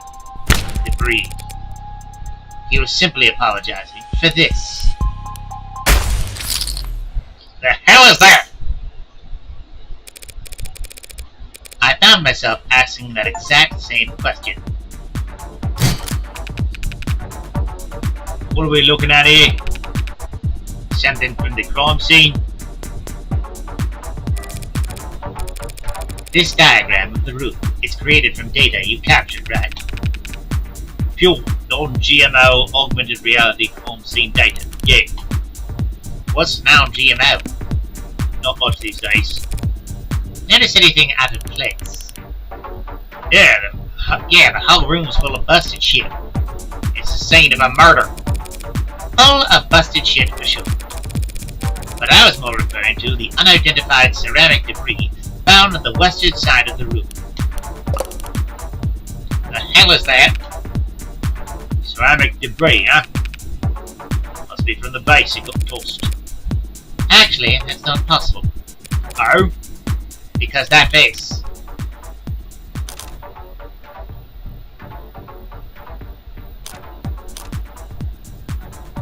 wasn't damaged. Because that base is still pristine. How is that? How is that possible? Come on.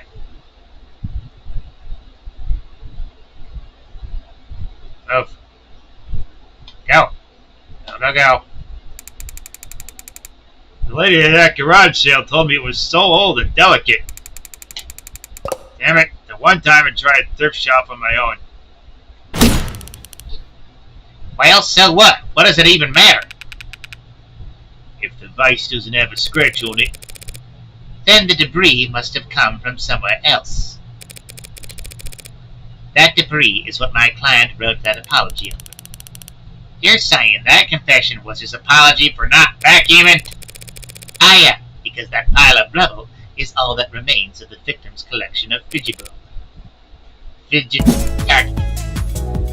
tubbies. What he said. Mr. Flat broke the victim's ceramic figures by accident. And this impassioned note to self was just his attempt at scripting out an apology. Can you prove that? We're taking this seriously? As much as I wish we would. We're all in agreement my client wrote that note. And we can all plainly see that there's ceramic debris at the crime scene. Now, since it couldn't have come from the base, it must have come from the collectibles. Simple, right? The hell are you on about? The entire room was thrashed, as the arcs clearly shows. Those fidget tubbies must have gotten pulverized during the struggle too. You really gonna claim he sat down to write an apology for breaking her toys after gunning her down? Not a bad train of thought, but I can do better. No, these collectibles were destroyed much earlier than that, and there's proof.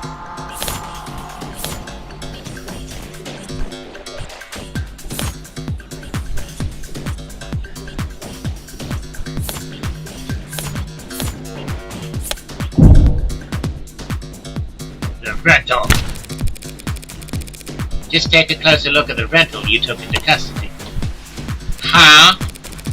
One swipe of your finger should show exactly how devastating it was to the Fickle Buddy ecosystem. It's fidget tobbers. Whatever. You did take it into custody. I'm sure your techs found ceramic debris on it, right? Yes? Now that you mention it. Fine, whatever. He broke them with his arm while he was killing her. Happy? Overjoyed, because even a cheap arm's got an operating system that had logged the last time it was worn, right? Right. See, I happened to spot a footnote on the lab report says that the rental hadn't been used since the AM. Whose side are you on, old man? It's gotten pretty late, Sunshine. Just trying to save us all some time where I can. Well, thank you for your service. Well, thank you for your service. Are you seriously buying this crap? Just look at how scrawled, how panicked that note is. You expect me to believe he was that upset over a fidget tubby collection? One that hasn't even been graded? Setting aside Detective Ray's surprising depth of knowledge when it comes to collectibles, you're correct. They held no real monetary value. It would be odd for Carlos to be so shaken over their loss. But so what? So what? After all, that's not panic you're seeing on that page. No, the only reason that note looks the way it does is because Carlos is sensitive, is an engineer, is right-handed. Because Carlos is right-handed. Yes, I am. Did they not know that? Couldn't that have been on my permanent record or something? So the reason why that note looks like asylum wall scribbles is just because he had to use his left hand to write it. I tend to think better writing than typing, and I need to get used to using my left anyway. I just thought it could be good practice. Taking that into account, alongside the ceramics, your slam-dunk confession is looking about as watertight as a fishnet. Okay, fine, forget about the confession. Congratulations, Counselor. You've established that your client is remorseless. Now let's get back to the reality of the situation. Here are the facts. We found your client at the scene of the crime, wearing a coat covered in the victim's blood, right next to a big old goddamn gun that just so happened to have his fingerprints on it. That's right, that coat is... What, you gonna claim it's not his? That he actually wears an extra small? She's trying to bait me in her typical low-key fashion. As the arguments flow, you won't always have the stronger hand. Sometimes the best you can do is hold your tongue and avoid overcommitting. Try to lose as little credit as possible while you wait for a more favorable chance. She must have some. No sense playing into it.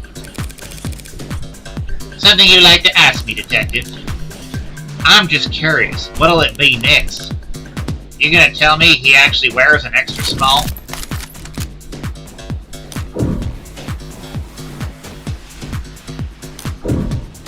Stay. Gee, Carlos, do you? No. Yeah, sure, there's no evil twin you've forgotten to mention? There's no evil twin. No, I'm afraid not. Not even a go for a mysterious third party at the scene of the crime? To prove his innocence, I will need to get their attention. but going there now without hard evidence.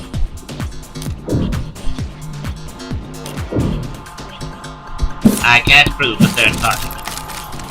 I have no evidence of a third party at this time. Damn right you don't. It's clear as day in the arcs. No evidence of anyone but Carlos being there that night. So keep dreaming. It was obvious she had something there. I wasn't going to win that hand either way. But at least I didn't overstep and take any more damage than I had to. We're not contesting any of that, Detective. My client freely admits to holding that gun. He picked it up in confusion after coming home to find a brutal crime scene, which was not smart. Absurd, but not illegal either. And that's all? He had her blood all over his clothes. Yes, he did. Right. Do you have those clothes on hand, by the way? The line finished with them a while ago. Where are you getting at? It'll be easier to just show you. Would you mind getting them for me? You know what? Sure, I could use the fresh air. Stinks of bullshit in here anyway. I thought the room smelled like. Again. What are you doing? My coat's covered in her blood. I remember that much. Doesn't that, make me look really bad? Just relax, Carlos. I'm pretty sure that's impossible. You're innocent. And that means that having more evidence will always help you, not hurt you.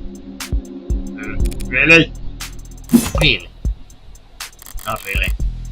Plenty of innocent people in prison. People with bad luck, or bad lawyers. People shouldn't count on the truth to come out easy. More often than not, it takes coaxing. What was it that reminded me of? Alright, here it is. One blood-stained jacket fresh from the lab. So what's your angle? You're gonna tell us that this is actually just hot sauce?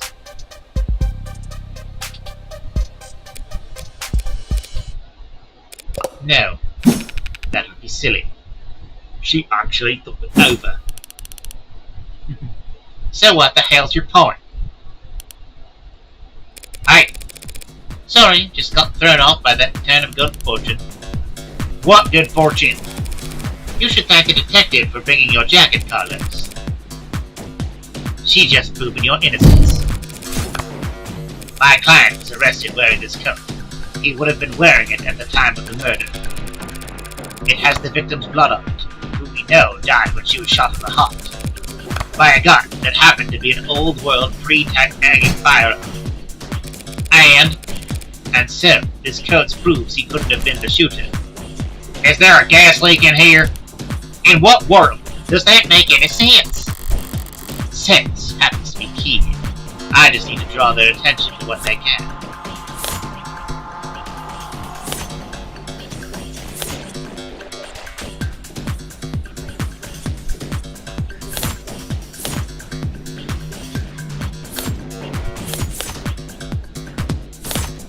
I'm going with C. Just tell me what you see. I see a coat with a lot of dead woman blood on it. And you? Damn it, that's not gonna work. The truth is plainly there, but this isn't the kind of detail you can see with your naked eye.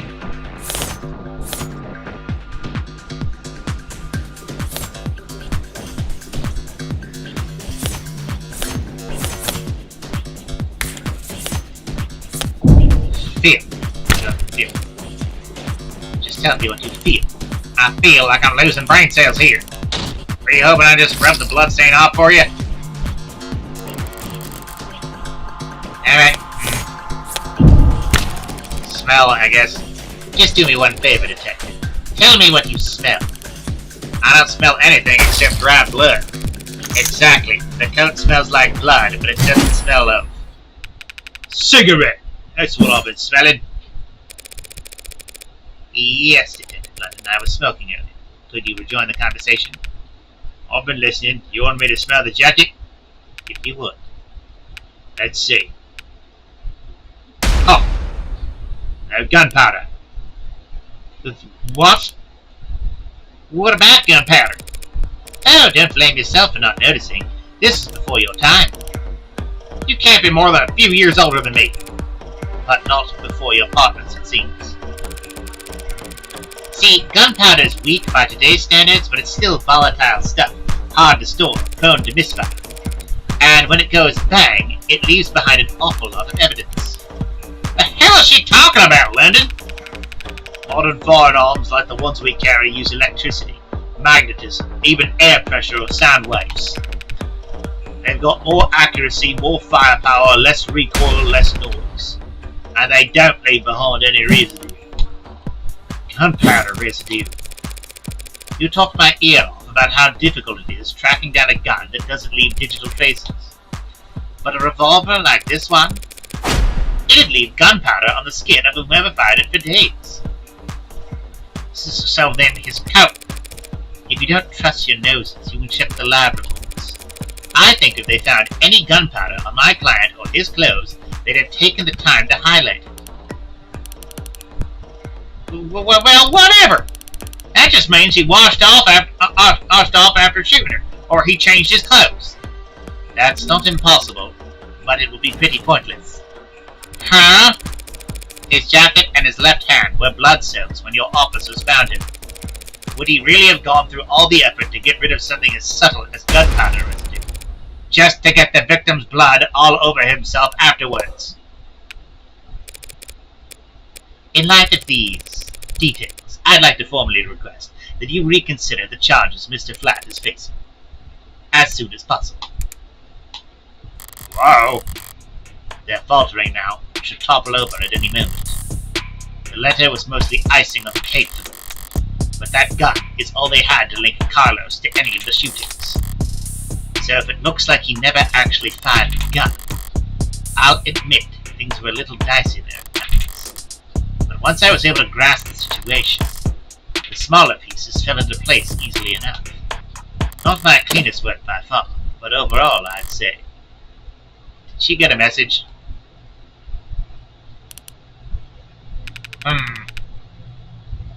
Why, did they actually manage to find it? Something you'd like to share, Detective Reyes? You're good. You're good. Dang it. Mixing up my voices. Twisting the truth into knots, making the facts work for you? Thanks. But your luck just ran out. Because the net scrubbers found a cam active at the exact moment of the shooting, and right now, I'm staring at a photo of the killer. What a bet. A photo of the shooter? If she had that, we wouldn't be talking, still be talking. But I doubt she's just pulling this out of her ass. She's got something with the scrubbers.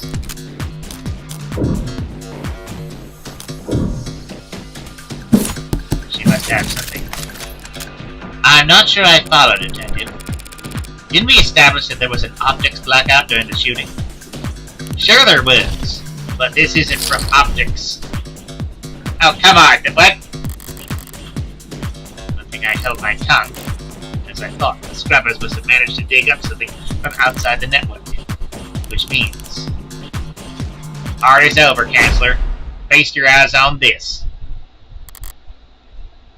Well, okay, the quality is lacking, and yet there it is. They managed to find a quarter needle of evidence in a whole city block of haystacks. What are the goddamn chances? No, with the scale their tools operate on, I guess the chances are, as always, in their favor. Alright then, this isn't good, but it's a far cry from the worst case scenario I envisioned. You could even say I got lucky, which means the stakes are. Well, it's a little bit blurry. Blurry.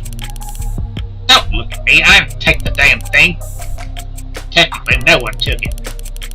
Looks like at the time of the shooting, a neighbor was on their phone.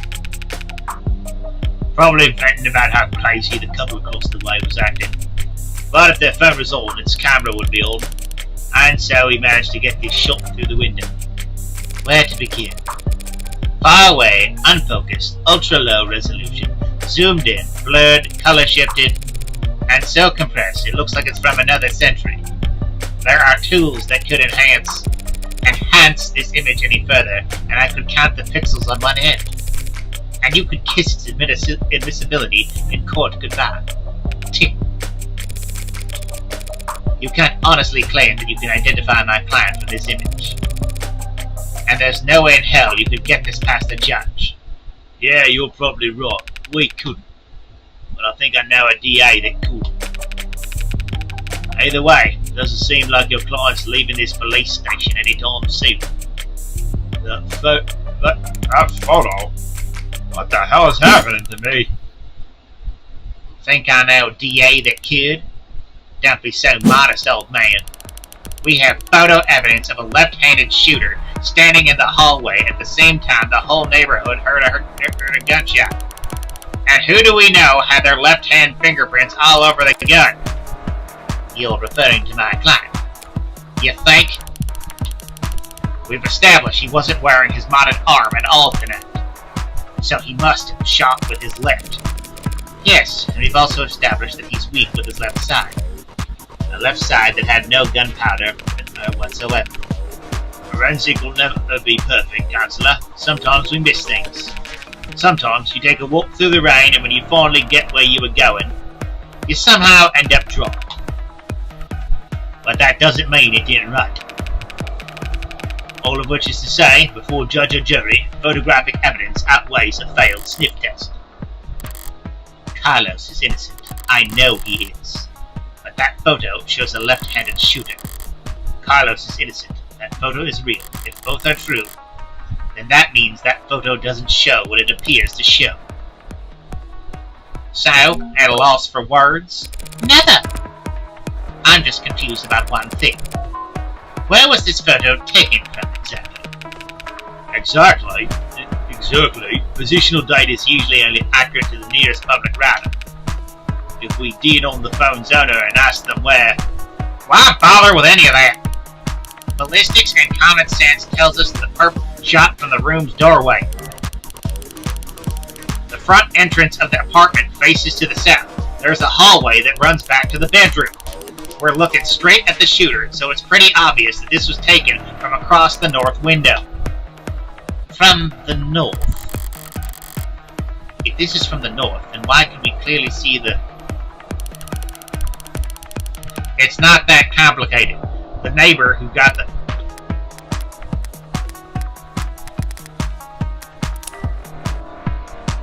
Oh, that's not what I meant.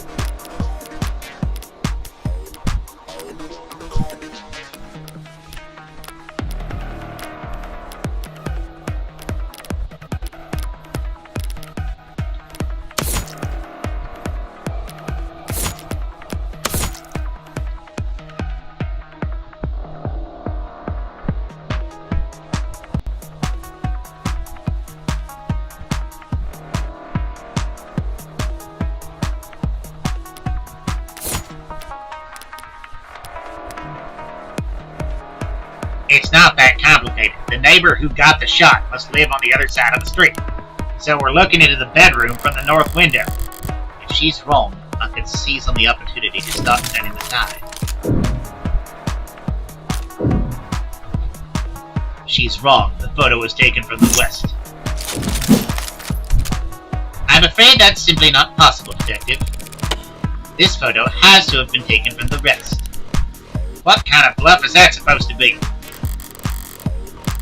Good detectives are misinformed here, and I need to take advantage of it. Time to press the initiative. What the hell do you mean this was taken from the west? The autopsy tells us the victim was shot from the doorway.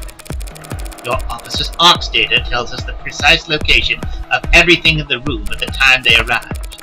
And now your photo has shown us the exact moment of the shooting.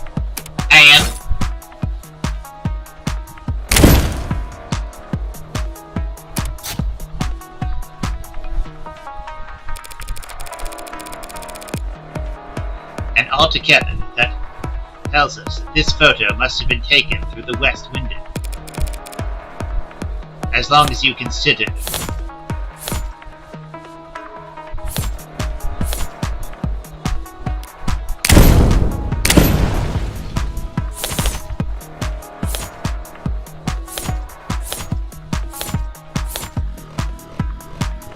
mirror was upright, clock on the wall, cushions in bed were neat.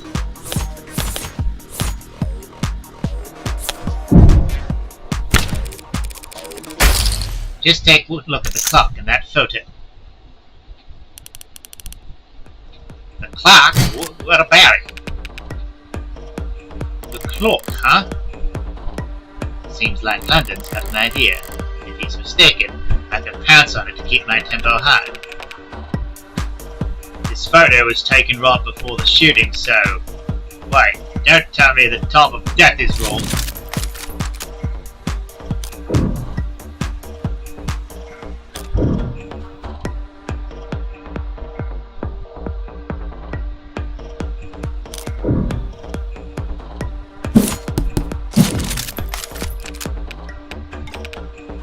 Damn it! Wait, no, that clock reads 9 PM, same as the autopsy and the neighbours' reports.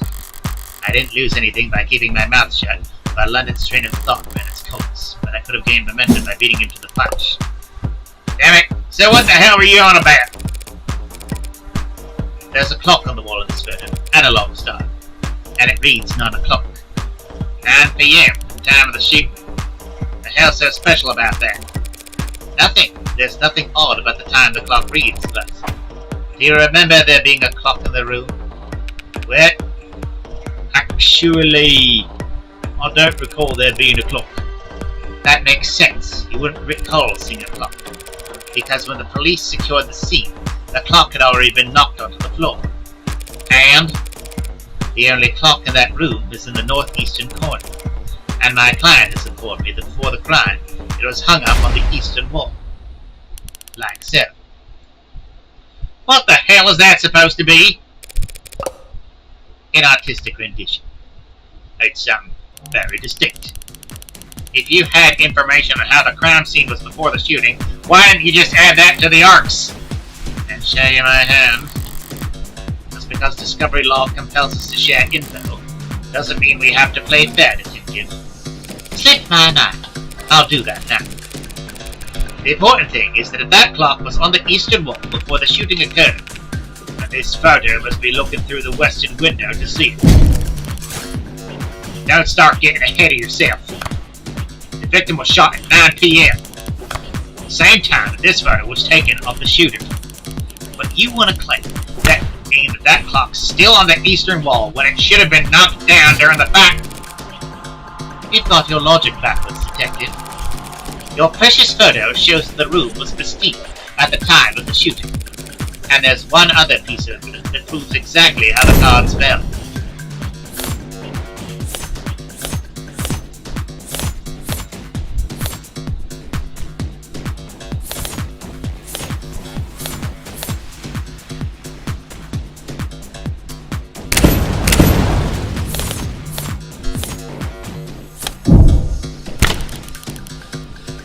Glass shards? What about them? Nothing much, really. Only that they're on top of the victim's body. And not under it. If the glass fell on top of the victim's body, that would mean that she was dead on the ground before the room got trashed. But that doesn't make any sense. Why would anyone trash the room afterwards? It's a good question, Carlos.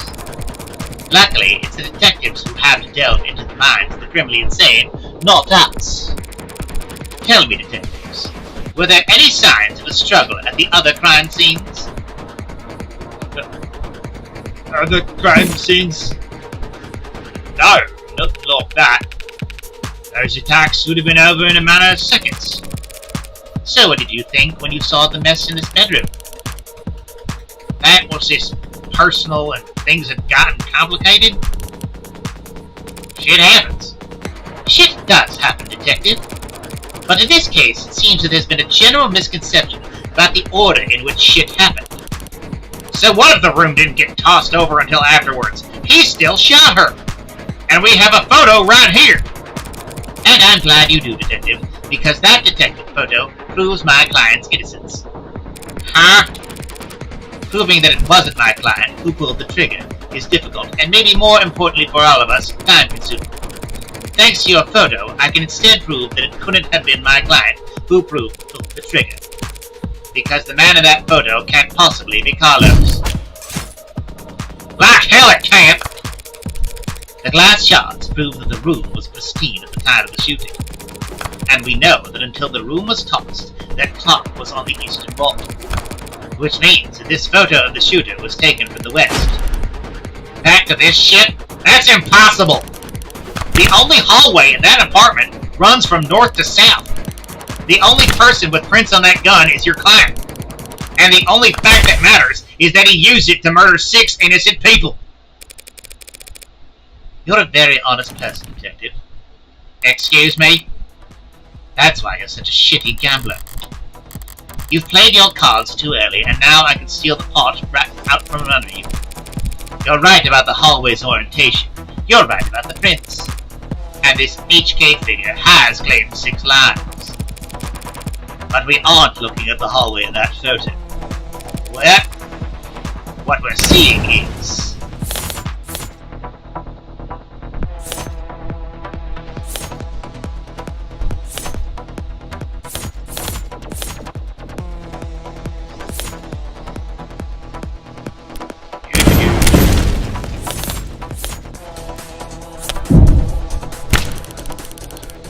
What is that? You're trying to glass shards again? Sort of. By the way, do you recall where those glass shards came from? Yeah, sure. They came from a standing mirror. A mirror that at the time of the shooting stood across the room from the western window.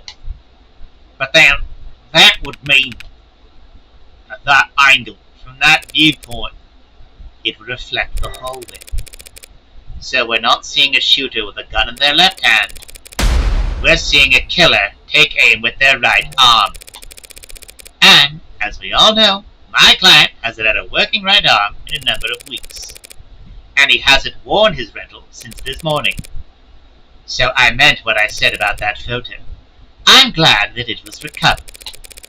Because it just proved that my client couldn't possibly have committed this crime.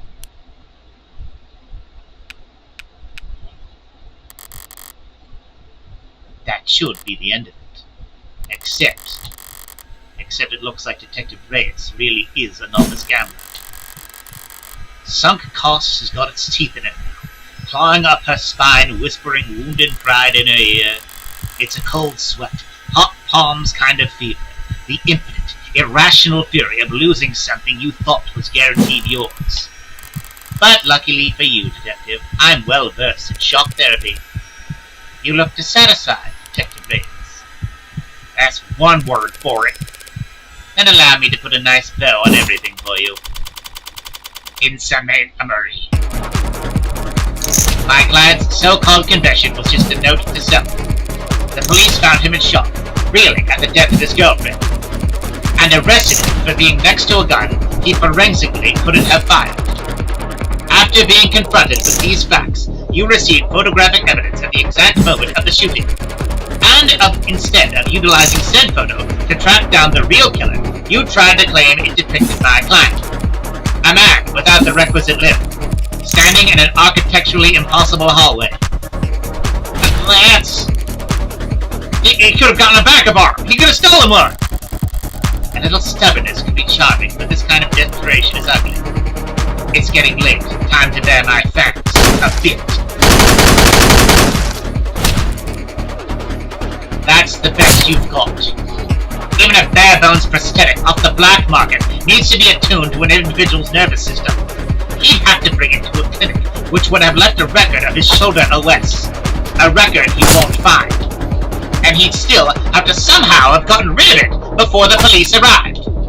SOP at the scene of a violent crime calls for full spectrum scanning of the entire building and 100 meters around it, minimum. So where, Detective Briggs, did he manage to hide a cybernetic arm from your drones in the time between the shooting and his arrest?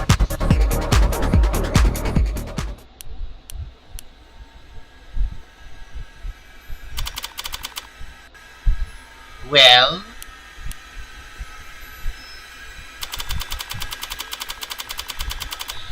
Any objections?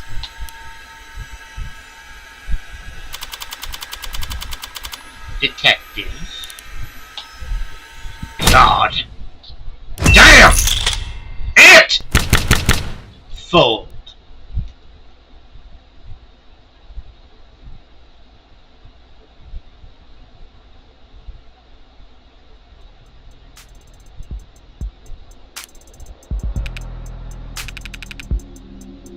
Show me your hand, Flat. Oh, sorry. Show me your hand, Flat.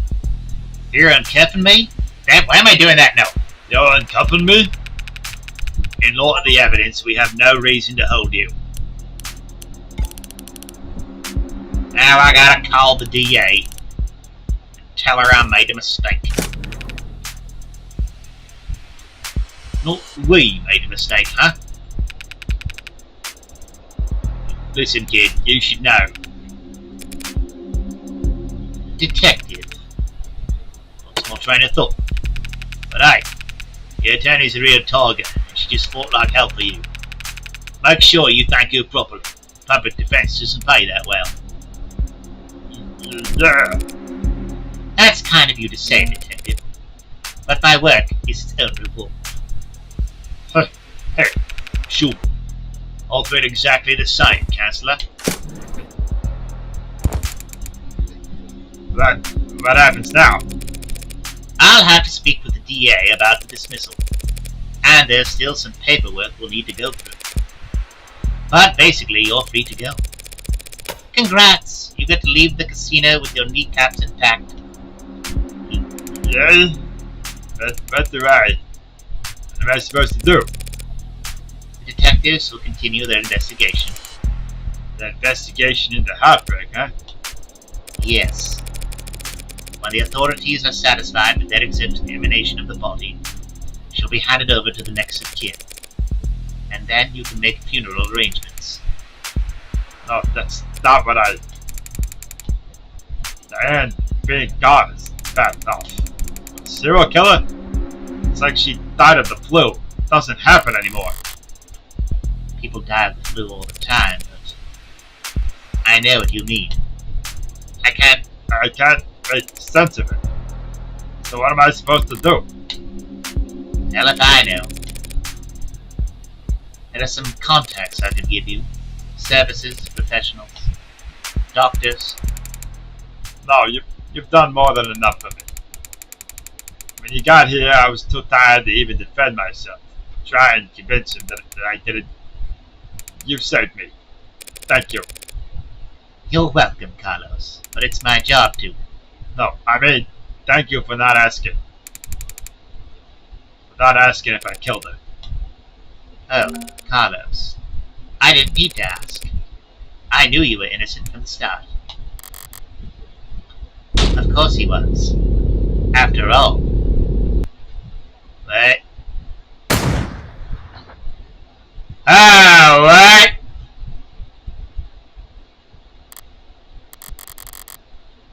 The blood's always different. Heart's always in the same place, easy to find, hard to miss. But the blood's always different. A flowering stain unfurling towards an invisible sun. A perfectly unique bloom, only one for each of us. A Rorschach test with singular, universal meaning, vitality at its climax. Bursting forth into a red fractal consisting solely of an infinite end. but the comical thud of a body hitting the floor has its own kind of low-brow appeal.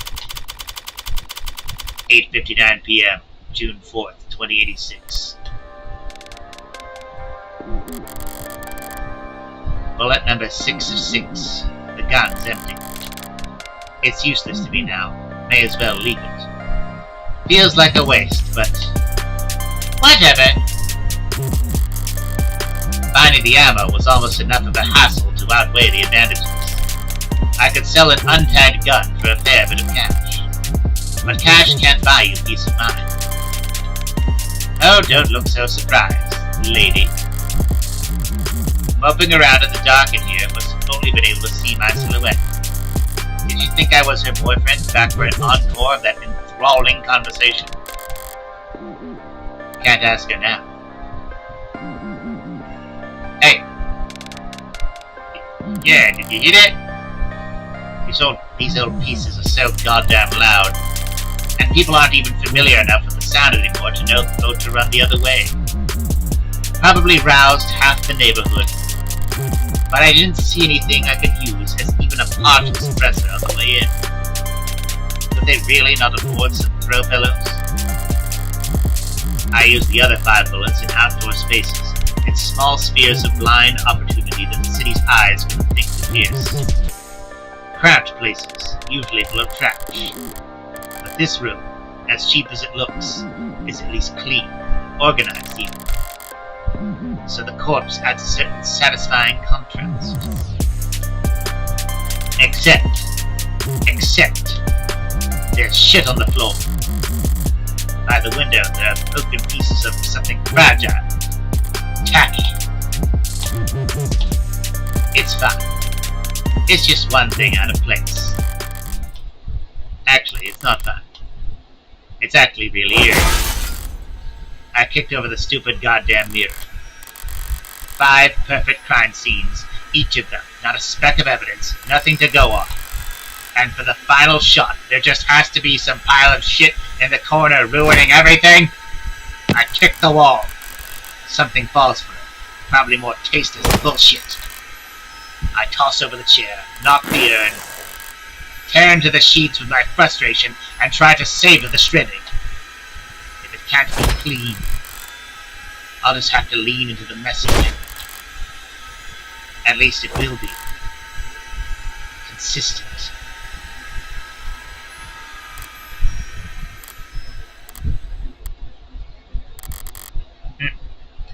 This was all so stupid. Honestly, I'm not the ego-driven type. In fact, I pride myself in my humility. Now, was it satisfying when the first 3 went down with single shots? Yes. But so what? I'm not made of stone. After that, I did start to actively aim for the heart, but... ugh. Heartbreak killer. Really? Don't people have anything better to do with their time? What kind of miserable, lifeless voyeurs would obsess over something that's none of their business? All of the threads and breakdowns of the goddamn theory crafting, and all for the heartbreak killer. Sounds like a soap opera villain from a season where the writers were on strike. I'd feel insulted by the label, but no, that's someone else's name. They came up with it. They spread it. They marketed it. Heartbreak's got nothing to do with me. He's just some reclusive, lonely, socially impotent loser who shot 6 people because...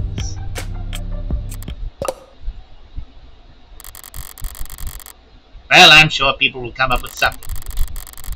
That he got rejected 1 too many times or whatever. Me, I killed those people because I saw them and I wanted to. And I've killed a lot more than just 6. At least the room is thoroughly trashed out. If I had just walked away after seeing that mess by the window, it would have irritated me to no end. And now that it doesn't match the MO of the last 5 perfectly, it'll irritate the cops to no end itself instead. Good riddance, Heartbreak. You enjoy your 15 minutes in the spotlight. Really savor it. I'm going home. The air's weighty tonight. Thick, energized. A heavily foreshadowed summer rain I can feel on every hair.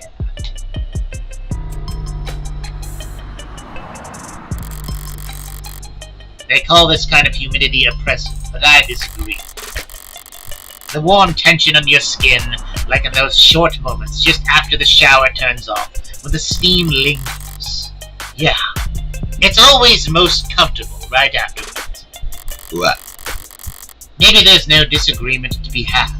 Oppressive things can be comforting too. Only the guilty ones run. I don't know about that.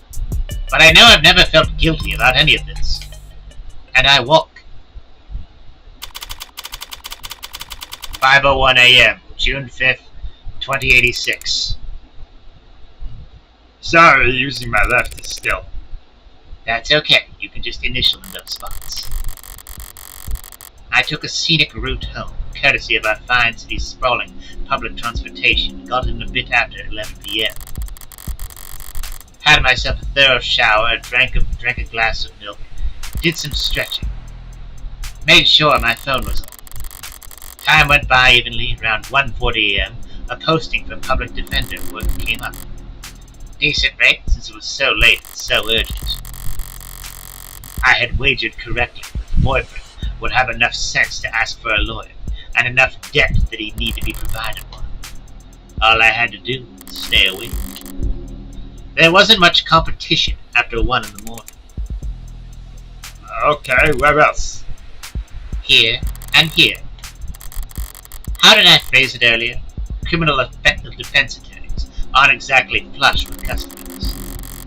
Why wouldn't I take on a job where I already knew more than the cops? It would have been easy to convince Carlos to plead out. It would have gotten paid the same, too. But easy is dangerous. Carlos was, of course, innocent, so his conviction would have never been airtight. There would be doubts, questions, appeals, maybe even fans, depending on his looks. More attention on HK and his crimes, more headaches. A cold case rotting in the very far back of the public's awareness is always preferable to one open and shut in haste. Now, with no more murders matching HK's MO, there won't be any additional public pressure to find a culprit. Now, Heartbreak can just starve to death, out of sight and mind, like any other fluke in the system. Almost done. Getting involved with the case this intimately does have its risks. Hell, I might have even overdone things here or there. Like lighting up a smoke inside an interrogation room, just to make doubly sure I didn't still smell of gunpowder myself. Ooh. That London fellow seemed more fixated on it than I would have liked. But obviously, everything turned out rosy. And it's worthy, if for the finality of it all. Seeing the authorities' failings from the best seat in the house, that's just a bonus. Thanks again, Morgan, for everything. I'm sure Diane is grateful too. Funny, I didn't even know her name.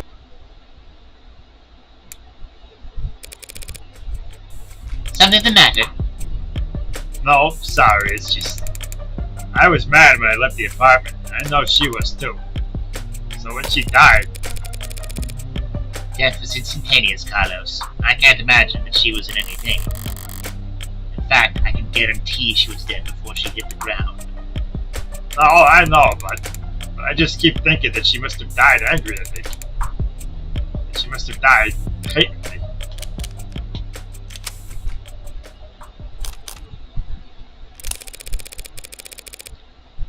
To tell you the truth, Carlos, there's something I've been wondering about myself. What is it? Something I noticed in the arc data that I didn't quite understand. A piece of the puzzle I couldn't fit in anywhere else. But maybe you can make sense of it.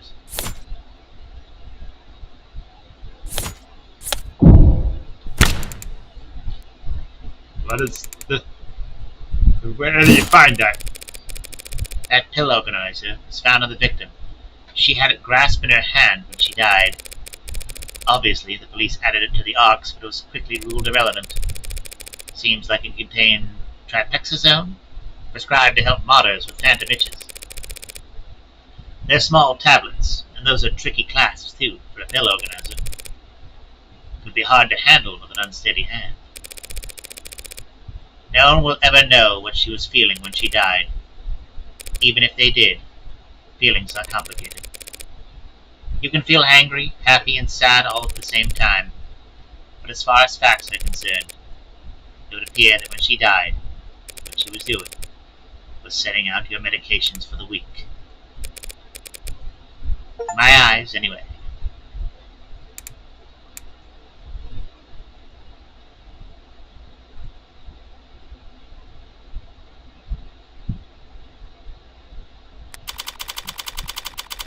"5:01 a.m., June 5th, 2086.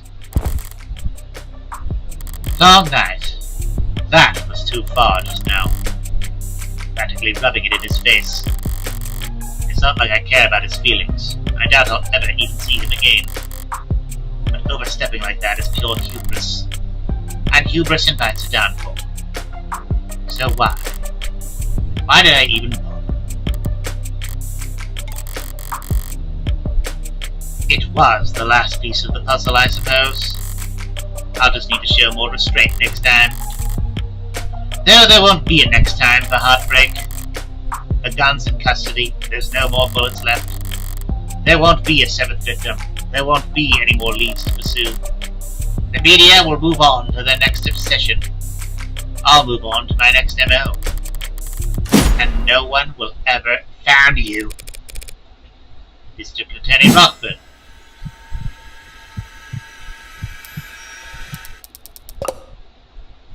Sorry, can I try that again? Let me try that. Sorry, can I try that again? I'm so fried. By all means.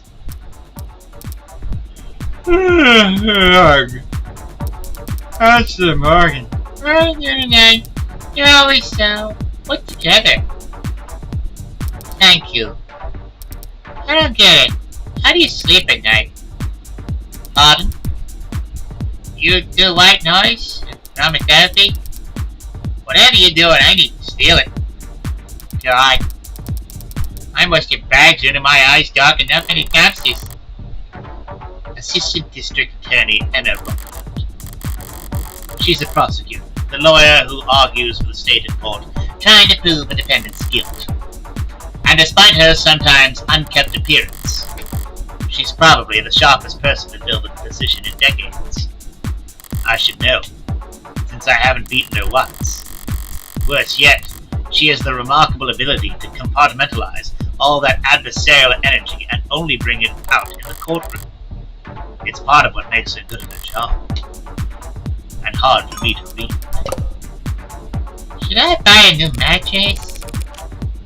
What have they got you doing at this ungodly hour? Oh, well, actually I'm here for you. Me. Your client was a suspect in the heartbreak killings. That's my case. Well, then you must have been relieved finding out that you won't have to go to the trial against me. No? Why would I be worried about going up against you? It's always the unintended barbs with them. So, you're working with those detectives? Yeah, London, Tokyo, Vegas. They've been reporting to me in preparation for trial. Preparation for trial? That seems ambitious. I guess they gave you the rundown. They've been doing everything they can, but it's hard to catch a killer who leaves behind so little. It's hard to kill while leaving so little behind. So, Reyes told you they had HK in custody and you popped out of bed all excited to run down here? Hardly. I haven't slept in 40 hours. Too much in my mind. So when I heard about a case with a single female victim shot through the heart, yeah, my ears perked up. But that's about all. Oh? I mean, Carlos Black, serial killer? The same serial killer that's outsmarted the state for weeks? She's not using his middle name. He was found with the murder weapon.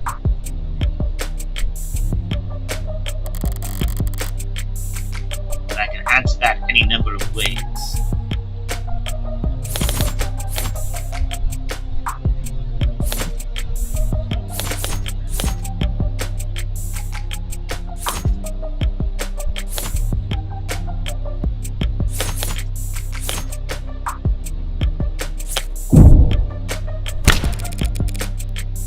That may be true, but then I glanced at the report.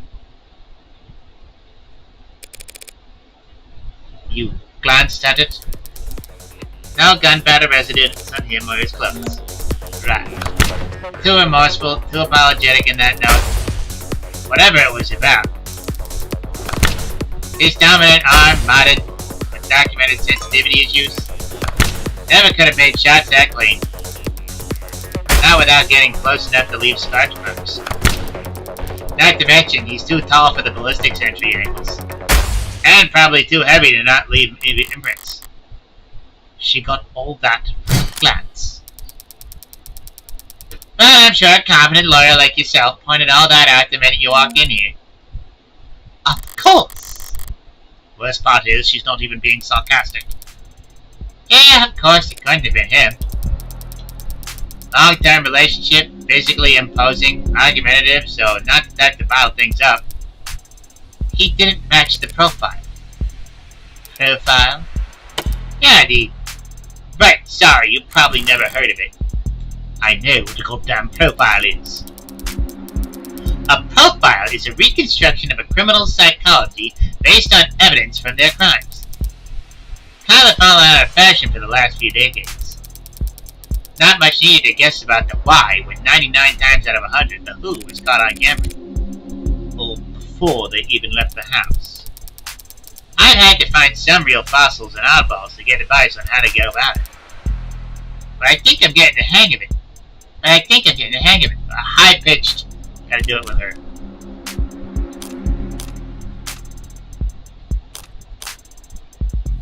Heartbreak's MO. Well, at least this heartbreak maniac will slow down now that he's lost his weapon. He didn't lose it. He chose to leave it behind. That tells me he's confident he can do just fine without it. And it just makes me even more certain that these aren't his only kills. Were there other shootings with the same MO? No, not that I found. Other victims that fit the description? No. But I'm not overly focused on the victim's appearance anyway. I mean, these 6 victims all look like each other, but they also look like a lot of people. That's true. Hell! They kinda look like me. Go boy. Do they? Sure. What, you don't see it? I haven't thought about it. Point is, no one can kill that cleanly when it's their first time. Getting things that perfect takes practice. So I know that HK must have had a lot more than 6 occasions to practice his fault.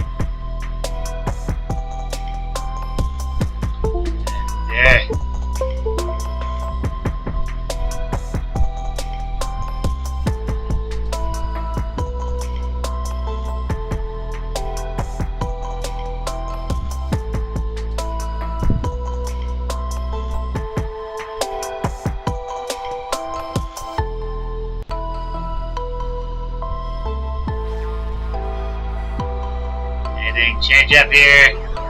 No. Well, 2 years, that's something.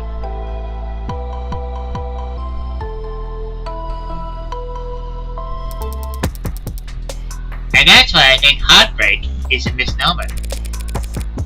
You've got something catchier in mind. I just don't think shooting them in the heart has any particular significance. If anything, it's a testament to their accuracy and their cold-blooded efficiency. The best possible use of 6 untagged bullets. 6 kills, guaranteed, no matter what kind of life support mods they were packing. Their real signature isn't the bullets or the gun. It's the perfection. That's hard to wrap your head around. I'm saying that these 6 murders were just a fluke, a slip-up, a mistake. Exactly, a mistake. They got too clean, Too efficient. And now they've got the public's attention. It's no wonder they're so pissed.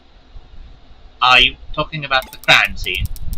Yeah, probably threw the detectives for a loop, right? Based on what you've said, I don't blame them. Whoever trashed that room doesn't seem like the smooth operator you've been describing. On the contrary. I didn't follow. This was the last bullet, their last shot. The other 5 were perfect. So if anything was out of place this time around, they must have thrown one hell of a temper tantrum. You make them sound like a child.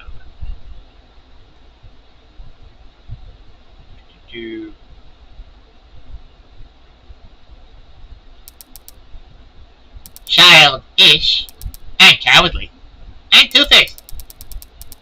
Someone who hates to lose almost as much as they love to win. Your profile tell you all that? That? No. That part's just takes one to know one.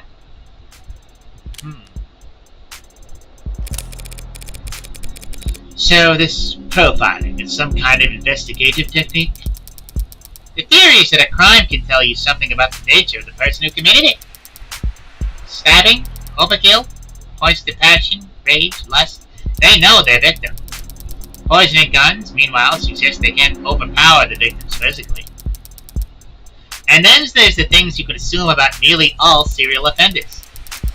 Childhood trauma, prior criminal record, few or no meaningful attachments. There's a lot of recurring themes in their stories. The detectives say HK doesn't leave any evidence. So how much can his crimes possibly tell you? That he's delicate, almost perfect.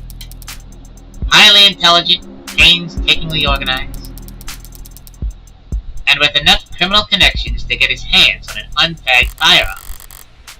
It's rare to see her this animated outside of the courtroom. It's almost like she's enjoying herself. A sheltered house cat who's picked up the scent of a mouse for the first time. A lone wolf, educated, but all her playfully lethal instincts coming to life. probably overqualified or undervalued. Though I'm not thrilled about the fact that in that metaphor I would be the... Know what I mean? Definitely. And considering the marksmanship, the detectives said that HK would have needed insider information on optics. So does that mean heartbreaks in law enforcement? Never in 10 billion years. Oh. Antisocial, independent, despises authority. That'd be like a stallion applying for a job on a merry-go-round. They'd be kicking kids in the head after the first full rotation. Right, that's exactly how I'd put it. There must be some connection to the police, though. Maybe secondary or tertiary. These types can't help but insert themselves. Insert themselves? I do not do anything even resembling that. Right, wait. If HK is not a cop, how do they know about the blackout time? Crime meta-statistic analysis, probably. Pardon?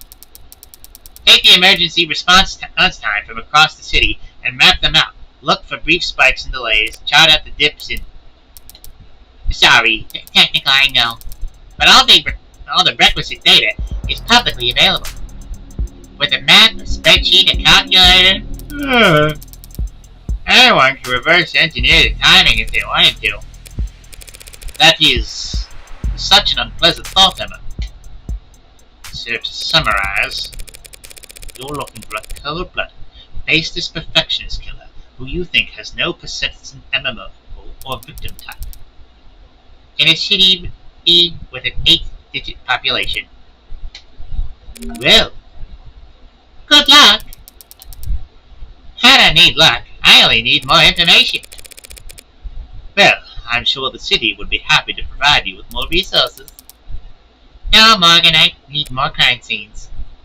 Oh. Sad truth is, if Heartbreak walked away today, I'd never catch them. Only way my net narrows is if they keep piling up bodies. Not a very fair trade, is it? No, It isn't. But getting scuba over is a given. It's a deal with the devil. Fair enough. Woof. Okay, that rant was pretty morbid. Detailed. I need to get out more, or sleep more. Or sleep less, but harder. You think a highly higher thread count would help? Don't worry about it. I'm always happy to listen to you ramble. It's a lot more pleasant than having to face you in the courtroom. Sorry, that's the adversarial process. So, no hard feelings here. No hard feelings. We're both just doing what we do. Huh? I can use a cup of coffee. How about you? Don't tempt me. If you fall asleep, face first into the table, I won't even take a picture. Okay. Just don't expect this to make a difference next time we're at each other's throats. Heartbreak won't claim any more victims. In 2 weeks, the media will have moved on to the next sensation. And the police will have moved on to cases they actually stand a chance of solving. It's what people do. But Emma is different. She'll set it aside and work a dozen other cases, never bringing it up. But a private corner of that frustratingly sharp mind of hers will continue to whittle away at it. Never finishing, but never quitting either. So I can't afford to take my eyes off her. As long as that's the case, I may as well try to enjoy the view. Episode 0. End.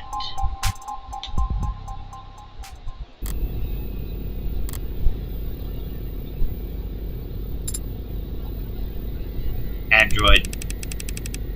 Which means you're going to be living with my friend for a while. For how long? I'm sorry, I don't know.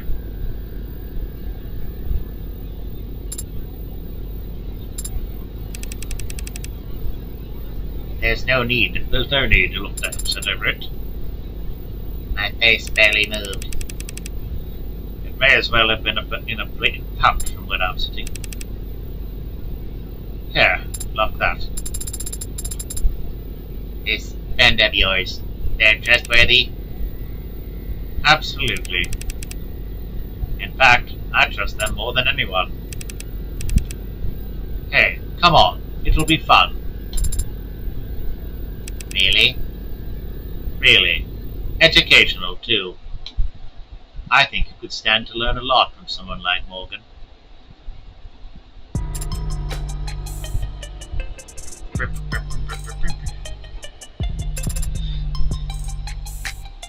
that's episode 0.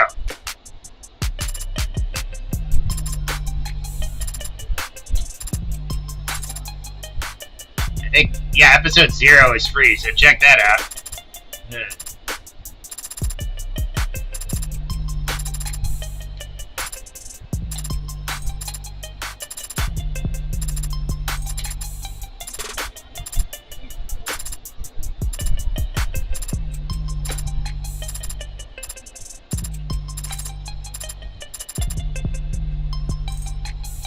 Yeah, the game mechanics, yeah.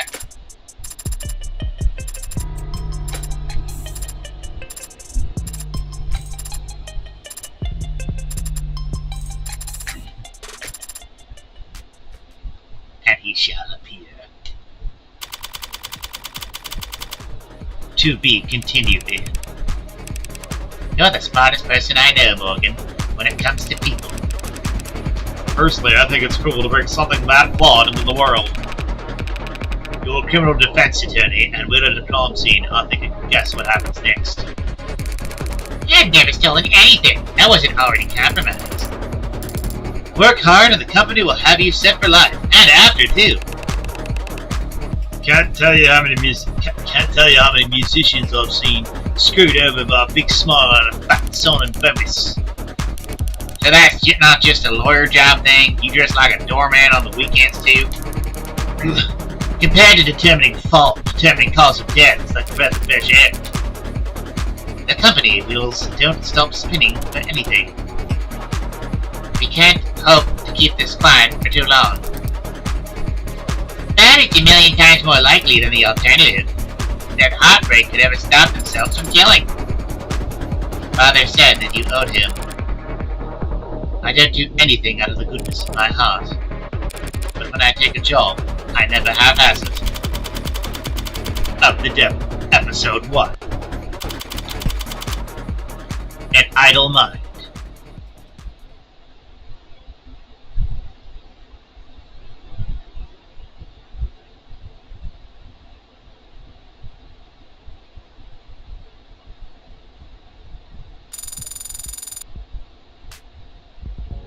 And we're in the results now.